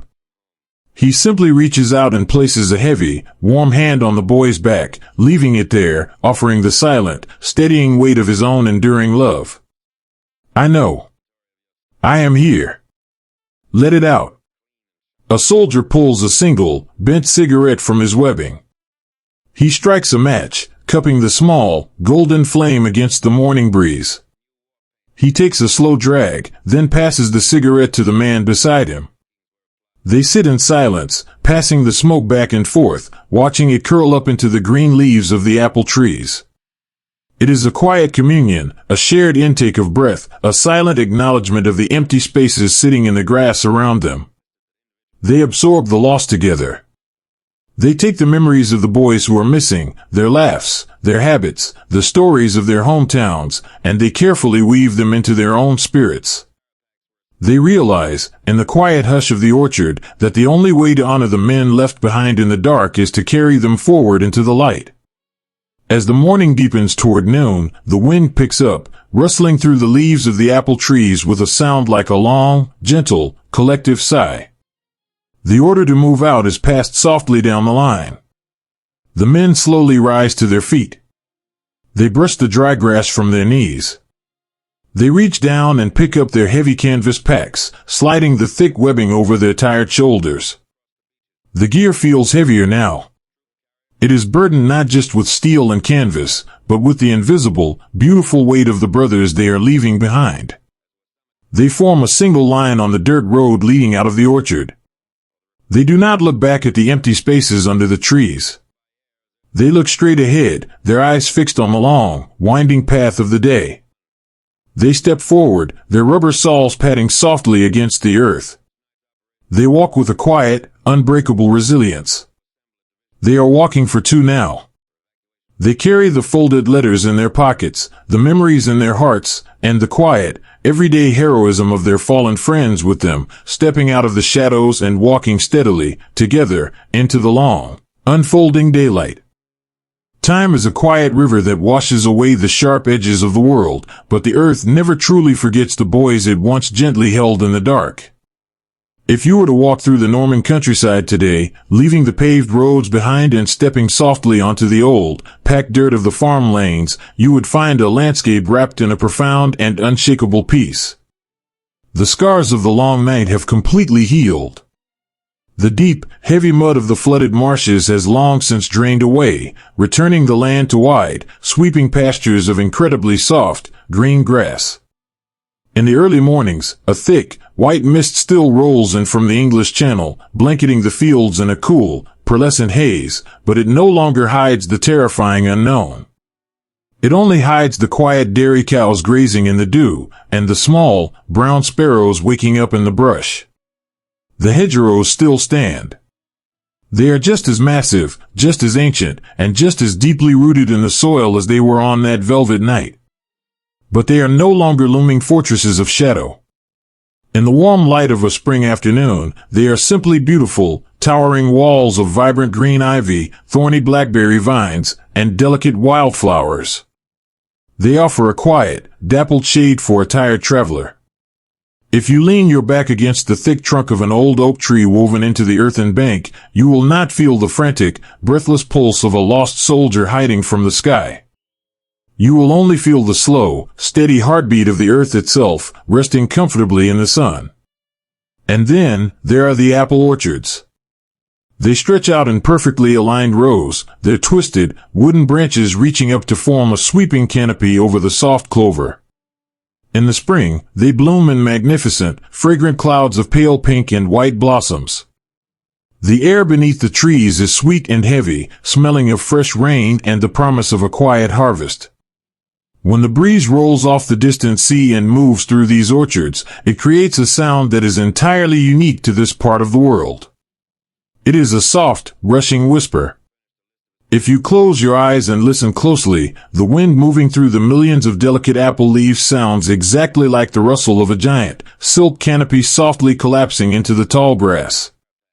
It is a gentle echo. It is the landscape's way of remembering. The echoes here are not frightening. They are not the sounds of violence or sudden sparks in the dark. They are the deeply human echoes of the boys who fell from the sky. If you walk through the tall grass at twilight, when the shadows grow long and the air turns cool, you will hear the crickets begin to sing. Their rhythmic, natural chirping rises from the roots of the hedgerows, a peaceful, ordinary sound of the country. But to a heart that knows the story of this place, that simple chirp carries the faint, beautiful memory of a tiny brass clicker, pressed by a trembling thumb in the pitch-black night, desperately asking the dark for a friend. The earth here holds its history with a quiet grace. Somewhere deep beneath the roots of the apple trees, buried under decades of fallen leaves and soft moss, there might still be a lost silver coin, rubbed smooth by a nervous thumb. There might be a heavy steel buckle, resting quietly in the soil. But the true legacy of that night is not found in the ground. It is found in the lives that continued after the sun came up. Across the wide, gray ocean, the letters that were written in the dim, amber glow of the canvas tints have aged into precious, fragile relics. The thin paper has grown soft, feeling almost like fine cotton beneath the fingertips. The dark ink has faded to a soft, sepia brown. These letters are kept in cedar boxes on top shelves in quiet closets, or pressed carefully between the heavy pages of family Bibles. When a granddaughter gently unfolds one of these letters today, she does not just see a piece of history. She sees a young boy, far from home, wrapping his fears in words of comfort to protect the mother reading them. She feels the profound, quiet resilience of a generation that stepped into the void so that she could sit in a sunlit room, completely safe, and read their words in peace. The boys who survived the night drop, the ones who emerged from the shadows and walked into the golden dawn, carried the weight of that night for the rest of their lives. But they did not carry it as a burden of anger. They carried it as a quiet, unbreakable vow to live well. They returned to the wide, dusty plains of the Midwest, to the bustling, noisy avenues of the cities, and to the quiet, rolling hills of the South. They went back to the front porches they had dreamed of in the humming bellies of the transport planes. They married the girls whose sepia-toned photographs they had kissed in the gray light of the Norman morning. They built houses, they planted gardens, they raised children, and they grew old. And in all those beautiful, ordinary years, they never forgot the brothers they left behind in the apple orchards. Their everyday heroism did not end when they took off their heavy canvas uniforms. It continued in the way they lived. They were men who understood the terrifying fragility of the world, and so they loved their families with a deep, quiet ferocity. They knew what it meant to be completely alone in the dark, and so they became the kind of men who always left a porch light on, who always held the door, and who always reached out a hand to steady a friend. They didn't need to speak about the drowning fields or the sparks in the night. Their resilience was woven into the very fabric of their quiet, peaceful lives. Back in the villages of Normandy, the cobblestone streets are warm under the midday sun. The heavy wooden doors of the ancient stone churches stand open, welcoming the cool breeze. The pews of dark, polished oak, where exhausted boys once lay wrapped in white bandages and heavy wool blankets, are empty now. But the sanctuary remembers. The people of these villages, the children and grandchildren of the women who hummed soft lullabies to feverish strangers, still tend to this history. They do not do it with loud parades or grand speeches. They do it with the quiet, domestic care of tending a garden. They place small, fresh bouquets of wildflowers at the bases of the stone monuments. They sweep the steps of the churches. They tell the stories of the boys from the sky to their own children, ensuring that the memory of those soot-stained faces and polite, whispered gratitudes will never fade from the cobblestones. It is a beautiful, enduring partnership. The boys from across the ocean gave these villages their futures, and in return, the villages have become the eternal, gentle keepers of their memory. As the day gently comes to a close in Normandy, the sky begins to soften. The brilliant blue fades into a bruised lavender, and then into a deep, velvety indigo. The sun dips below the horizon, casting a final, golden glow across the tops of the hedgerows and the quiet, winding rivers. The air grows cool, bringing out the sweet scent of the wild mint and the damp earth. The farmhouses in the distance turn on their warm, amber lights, glowing like tiny, safe stars in the gathering dusk. Then, the moon rises. It is the exact same moon that shone through the broken clouds on that long-ago night. It casts its pale, pearlescent light over the English Channel, painting the quiet water in a shimmering path of silver. It shines down on the flooded fields, now dry and peaceful. It filters through the canopy of the apple orchards, casting beautiful, dappled shadows across the soft grass. But tonight, the sky is completely empty. There are no roaring engines shaking the clouds. There are no heavy, canvas birds swooping down toward the earth. There are no flashes of light, and no sudden, sharp sounds to break the spell of the evening. The sky is vast, silent, and deeply, wonderfully safe. It is a sky made entirely for resting. If you were to stand in the center of the orchard right now, beneath the silver light of the moon, you would feel nothing but a profound, overwhelming sense of calm. The anxiety of the world cannot reach you here.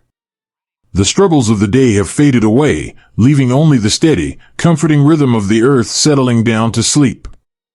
The story of the night drop is not a story of fear, it is a story of how love and brotherhood can carry us through the darkest, most terrifying voids.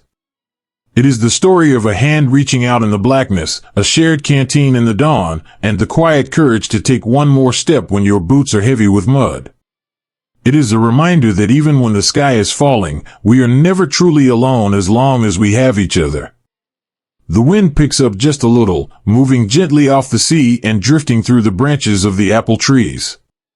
The leaves rustle softly, a continuous, soothing whisper in the dark. It sounds like a lullaby, sung by the earth itself, to comfort the ghosts of the past and to bring peace to the present. The boys of the Airborne are resting now. Their long journey across the ocean, through the clouds, and into the dark fields is finally over. The heavy canvas has been set down. The letters have all been delivered. The bridges are entirely safe. They have become a part of the wind, a part of the apple trees, and a part of the quiet, enduring grace of the Norman night. So let your own shoulders drop. Let the heavy weight of your day slip away into the shadows.